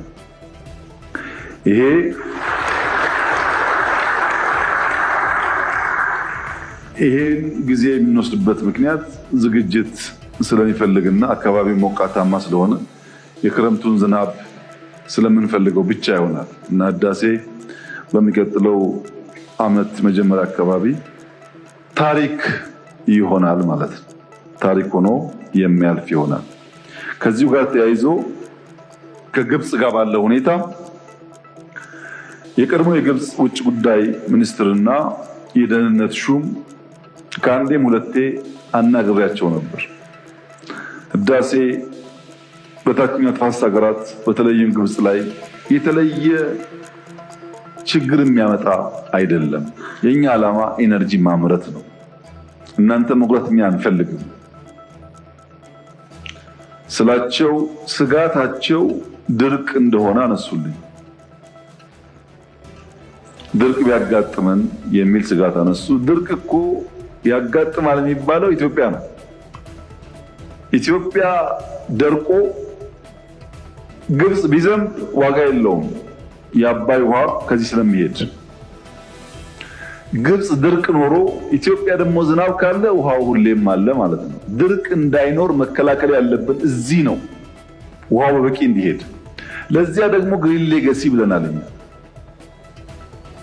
ክላውድ ሲዲንግ ብለናል እኛ፣ የዝናብ መጠን እንዲጨምር። ጉዳት አይደርስባችሁም፣ በዚህ መንገድ መንግስታችሁን አሳምናችሁ በትብብር እንስራ የሚል ፕሮፖዛል በተደጋጋሚ ቀርቦላቸዋል። እኔ ማናገራቸዋለሁ። አልፎ አልፎ አንዳንድ ሰዎችም ለፕሬዝዳንት ሲሲ ካይሮ ላይ ቃል ገብተህ ነበር ይላሉ። ያው እንደምታውቁት ቃል መግባት ብቻ ሳይሆን ቃል መፈጸም ባህላችን ለማድረግ ካለን ቁርጠኛ ፍላጎት ለፕሬዝዳንት ሲሲ ያልኳቸው ህዳሴ ሲሞላ 1 ሊትር ውሃ እንኳን ከአስዋን ዳም አይጎልም ነበር ያልኳቸው። አሁን ህዳሴ 100% ሞልቷል። አስዋን ዳምም 100% ሙሉ ነው። ቃሉ ተፈጽሟል። የተካደ ነገር የለም ማለት ነው። እነዚያ ሚኒስትሩና ኢንተሊጀንስ ቺፉ በወጉ ስራቸውን ሰርተው ቢሆን ኖሮ የተሻለ ትብብር መፍጠር ይቻል ነበር። አሁንም ከግብፅ ወንድሞቻችን ጋር በውይይት ይበልጥ አብረን መስራት መደጋገፍ እንዳለብን እናምናለን። የሚያጣላን የሚያጨቃጭቀን ገንዘባችንን እዛና እዚህ የሚያስበትንን ጉዳይ አለ ብለን አናምንም። በትብብር አብረን ብንሰራ ሁለቱም ህዝቦች ሀገራት ተጠቃሚ ይሆናሉ። ግብፅና ኢትዮጵያ ለሺህ ዓመታት አብረው የኖሩ ናቸው። አሁንም እስከ መጨረሻው ዘመን አብረው ኖራቸው አይቀርም። ይሄን ተቀብለው በትብብር መንፈስ ቢሰሩ የኛ መሻትና ፍላጎት ነው። አሁን ለውይይት፣ አሁን ለንግግር፣ አሁንም ህዳሴን ያለበት ሁኔታ ለማየት በእኛ በኩል ክፍት እና ፍላጎት ያለን መሆኑን በዚህ አጋጣሚ እየገለጽኩ፣ ህዳሴ የአፍሪካ ኩራት ነው። ህዳሴ ለመላው አፍሪካ መቻለን ያሳየንበት ነው። ህዳሴ ስህተትን ያረምንበት ነው። ህዳሴ በውስጣችን ያለው ውድቀት ጨክነን ወስን ያረምንበት ነው። 74 ቢሊዮን ሜትር ኪዩብ ውሃ ያዝንበት ነው። ከፍተኛ ኤነርጂ የምናመርትበት ነው። አፍሪካውያን ብድር ቢከለከሉ፣ አፍሪካውያን ዲፕሎማቲክ ጫና ቢደረግባቸው የራሳቸውን ሀብት በገዛ ዜጎቻቸው ማልማትና መቀየር እንደሚችሉ በተግባር የሚያስተምር ስራ ነው። ብልጽግና ለዚህ ስራ ስኬት ከመላው የኢትዮጵያ ህዝብ ጋር ከፍተኛ ኩራት እና ክብር ይሰማዋል። ነገር ግን ኢትዮጵያ ውስጥ አንድ ለእናቱ ወግ ስለሆነ ዩኒቨርሲቲ አንድ፣ ላሊበላ አንድ፣ አክሱም አንድ፣ ምናምን አንድ ወግ ስለሆነ ያን ወግ ሰብረን መልቲፕላይ ማድረግ ደግሞ የዚህ ትውልድ ተግባር እንደሆነ እተማመናለሁ። ዲፕሎማሲን በሚመለከት የባህር በር ጉዳይ ዋናው ዓላማ ቀድሜ ከእናንተ ጋር እንደተወያየሁት የባህር በር ጥያቄን ማንሳት ማንሸራሸር ነውርነቱ አክትሟል። ከማንም ዓለም ጋር ስንነጋገር ትክክል ነው። በዓለም ላይ የእናንተን ያክል ቁጥር ኖሮት ትልቅ ሀገር ሆኖ የባህር አክሰስ የሌለው ሀገር የለም። ነገር ግን በንግግርና በውይይት በሰጥቶ መቀበል መርህ መሆን አለበት። ግጭት እንዳትገቡ ጥንቃቄ ያስፈልጋል ይላሉ እንጂ አያስፈልግም የሚል ሰው ኦልሞስት ጠፍቷል። የለም። ይሄ ለኢትዮጵያ ትልቅ ድል ነው። ስለ አባይም ስለ ቀይ ባህርም መነጋገር ይቻላል። ስለ አባይም ስለ ቀይ ባህርም በዊን-ዊን አፕሮች አብሮ መስራት ይቻላል። ስለ አባይም ስለ ቀይ ባህርም እንደ ጋራ ሀብትነት መጠቀም ይቻላል። ናሬሽን፣ እሳቤ፣ ንግግር ግልጽ ሆኗል። አንዳንድ ሰዎች ይህ መንግስት ይህንን ጉዳይ ያነሳው ለአጀንዳ ነው፣ ለፖለቲካ ነው፣ ለምርጫ ነው እያሉ ሲያሙ ይሰማል። ግን የሐሜት ውሃ አይቋጥርም። ምክንያቱም የኢትዮጵያ የወደብ የሲ አክሰስ ጥያቄ ላለፉት 10-15 ዓመታት በተለያየ ደረጃ እንደ ፖለቲካል ዲስኮርስ ስንወያይበት የቆየን ጉዳይ ቢሆን ቢያንስ ባለፉት 5-6 ዓመታት በመንግስት ደረጃ ንግግር ከማድረጋችን በላይ የመደመር ሲሪየስ መጽሐፎች የመጨረሻው የመደመር ትውልድ በ2014 የወጣው የዛሬ 3 ዓመት ገደማ ሳይወጣ በፊት የታሸ ስራ ነው። በመጨረሻው አካባቢ 240 ገጽ ላይ መልሳችሁ እንታዩት የጂኦፖለቲካል እይታ ለውጥ ይላል ርዕሱ። የጂኦፖለቲካችን እይታ መለወጥ አለበት የሚል እሳቤ ያነሳል። ቀይ ባህርንና አባይን እያነሳ ቆይቶ ገጽ 245 ላይ በሁለት የውሃ አካላት ስር ይላል። መጽሐፍ እኮ ነው፣ 3 ዓመቱ ነው። ያም መጽሐፍ ለሁሉም ሰው አድረናል፣ ለጎረቤትም ለሁሉም ሰው ያውቁታል። የመንግስት እሳቤ ሁለቱን ውሃ በሚመለከት ምን እንደሚመስል ቁልጭ አድርጎ ያሳያል። የተከበረው ምክር ቤት ግን አንድ ክሪቲካል ነገር አስምሮ እንዲገነዘብ የምፈልገው የዚህ የሁለት ውሃ ናሬሽን መደመር ከመጽሐፉ በፊትም ነበር። መደመር ላይ አልተቀመጠም። የመደመር መንገድ ላይ አልተቀመጠም። የመደመር ትውልድ ላይ የተቀመጠው የትውልድ ጉዳይ ስለሆነ ኮንሸስ ነበር። ትውልዱ ይህንን ጉዳይ ሲሪየስሊ አይቶ ምላሽ መስጠት አለበት የሚል እምነት ነበር። በሚስጥር ግን ሳይሆን በግልጽ የተጻፈ ነው። ማንም ሰው ማየት ይችላል። የቀይ ባህር ፍላጎታችን ከሶማሌ፣ ከጅቡቲ፣ ከኤርትራ፣ ከኬንያ የሚያጣላ የሚያዋጋ መሆን የለበትም። የጋራ ሀብት ነው። 5000 ኪሎ ሜትር ሲሾር አለ እዚች ቀጠና ውስጥ ለሁላችን በቂ ነው። ተነጋግረን ተግባብተን ሁሉ ተጠቃሚ በሚያደርግ መንገድ መፈጸም ይቻላል። ሰሞኑን ከኤርትራ መንግስት ጋር ግጭት ይፈጠራል የሚል ስሞታዎች ይሰማሉ። ለተከበረው ምክር ቤት፣ ለኢትዮጵያ ሕዝብ፣ ለኤርትራም ሕዝብ እና መንግስት በዚህ ምክር ቤት ፊት ቆሜ ላረጋግጥም ወደው ኢትዮጵያ ለቀይ ባህር ስትል ኤርትራን የመውረር ፍላጎት የላትም። ያላት ፍላጎት እንነጋገር ነው። እንነጋገር፣ ሰጥቶ መቀበል ባለበት መርህ፣ ህዝቦች በሚጠቅም መርህ፣ በገበያ መርህ ይህንን ችግር እልባት እናበጀለት። ዝም ብለን ብናልፈው ዛሬ ነገ ጦስ ያመጣብናል። እንጋፈጠው፣ እንወያይ ነው እንጂ እንዋጋ አይደለም። ውጊያም አያስፈልግም። ብዙ ክሶች ይሰማሉ። አብዛኛው ክስ ውሃ አይቋጥርም። የኤርትራ ህዝብ ወንድም ህዝብ ነው። የኤርትራ ህዝብ ምስኪን ህዝብ ነው። እንደ ኢትዮጵያ ለማደግ የሚፈልግ ህዝብ ነው። የሚያስፈልገው ልማት ነው፣ ውጊያ አይደለም። ተባብረን መልማት፣ ተባብረን መስራት ነው እንጂ አንዱ አንዱን መውጋት የኛ እቅድ አይደለም። በሌላ መንገድ ኢትዮጵያ ላይ ማንም ሀገር ወረራ ሊፈጽምና ከጀመርነው ህልም ሊያስቆመን ይችላል የሚል ስጋት ደግሞ የለብንም። ጭራሽ ስጋት የለብንም።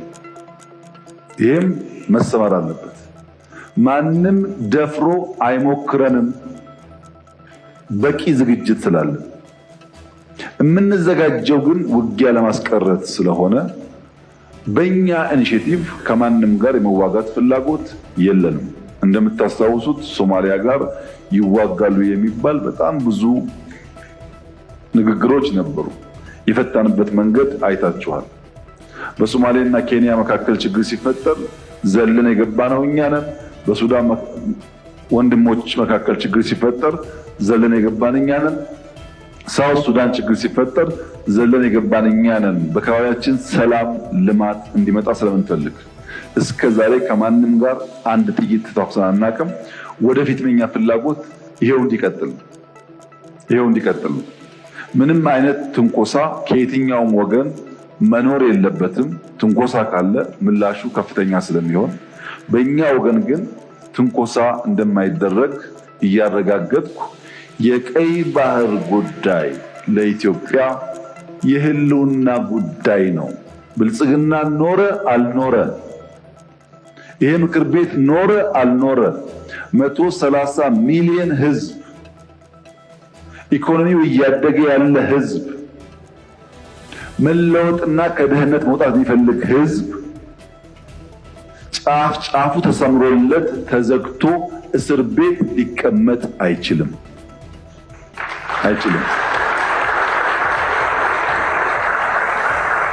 ይሄን ማንም ሰላም ወዳድ ነኝ የሚል የዓለም መንግስት፣ ግለሰብ፣ ቡድን ከወንድሞቻችን ጋር አነጋግሮን በህግ አግባብ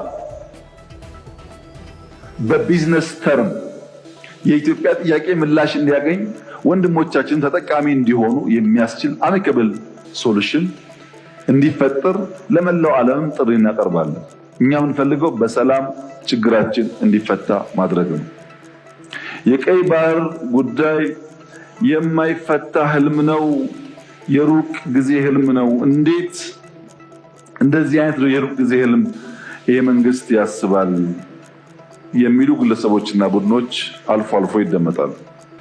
ይሄ ዓለም አንድ ግለሰብ ኩባንያ ማርስ ላይ ወጣለሁ የሚልበት፣ ማርስም ወጥቼ ወርሳለሁ ቢልበት ዓለም ውስጥ እየኖር 30 እና 40፣ 50፣ 60 ኪሎ ሜትር ያለችን ቀይ ባህር ለመንካት አናልምም ማለት የሚቻል አይመስለኝም። እኛ ህልመኞች ነን። ህልማችን ግን ብልጽግና ነው። ህልማችን ልማት ነው። ህልማችን ውጤት ነው። ህልማችን ማደግ ነው። ብቻችን አይደለም፣ እንደ አፍሪካ ማደግ ነው። ለዚህ እድገት ከአፍሪካ ወንድሞቻችን ጋር በትብብር በንግግር በአባይም በስንዴም በማዳበሪያም በጋዝም በወርቅም በሌላውም ጉዳይ ተባብረን በጋራ እንድንለማ ጥሬን አቀርባለሁ። የጀመረው ብልጽግና ጉዞ ይቀጥላል። ሰላማችን ይበልጥ እያደገ ይሄዳል። ለኢትዮጵያ ሰላምና እድገት የሚጓጉ የትኛውም ግለሰብና ቡድኖች ለንግግር መንግስት ክፍት መሆኑን ተገንዝበው ሁልጊዜም በውይይት በንግግር ጉዳያቸውን ለመፍታት እንዲዘጋጁ ጥሬን አቀርባለሁ። ሚዛን ሳንስት ለአዳዲስ ልማት በጋራ እንድንቆም ጥሬን አቀርባለሁ። እጅግ አድርጌ አመሰግናለሁ።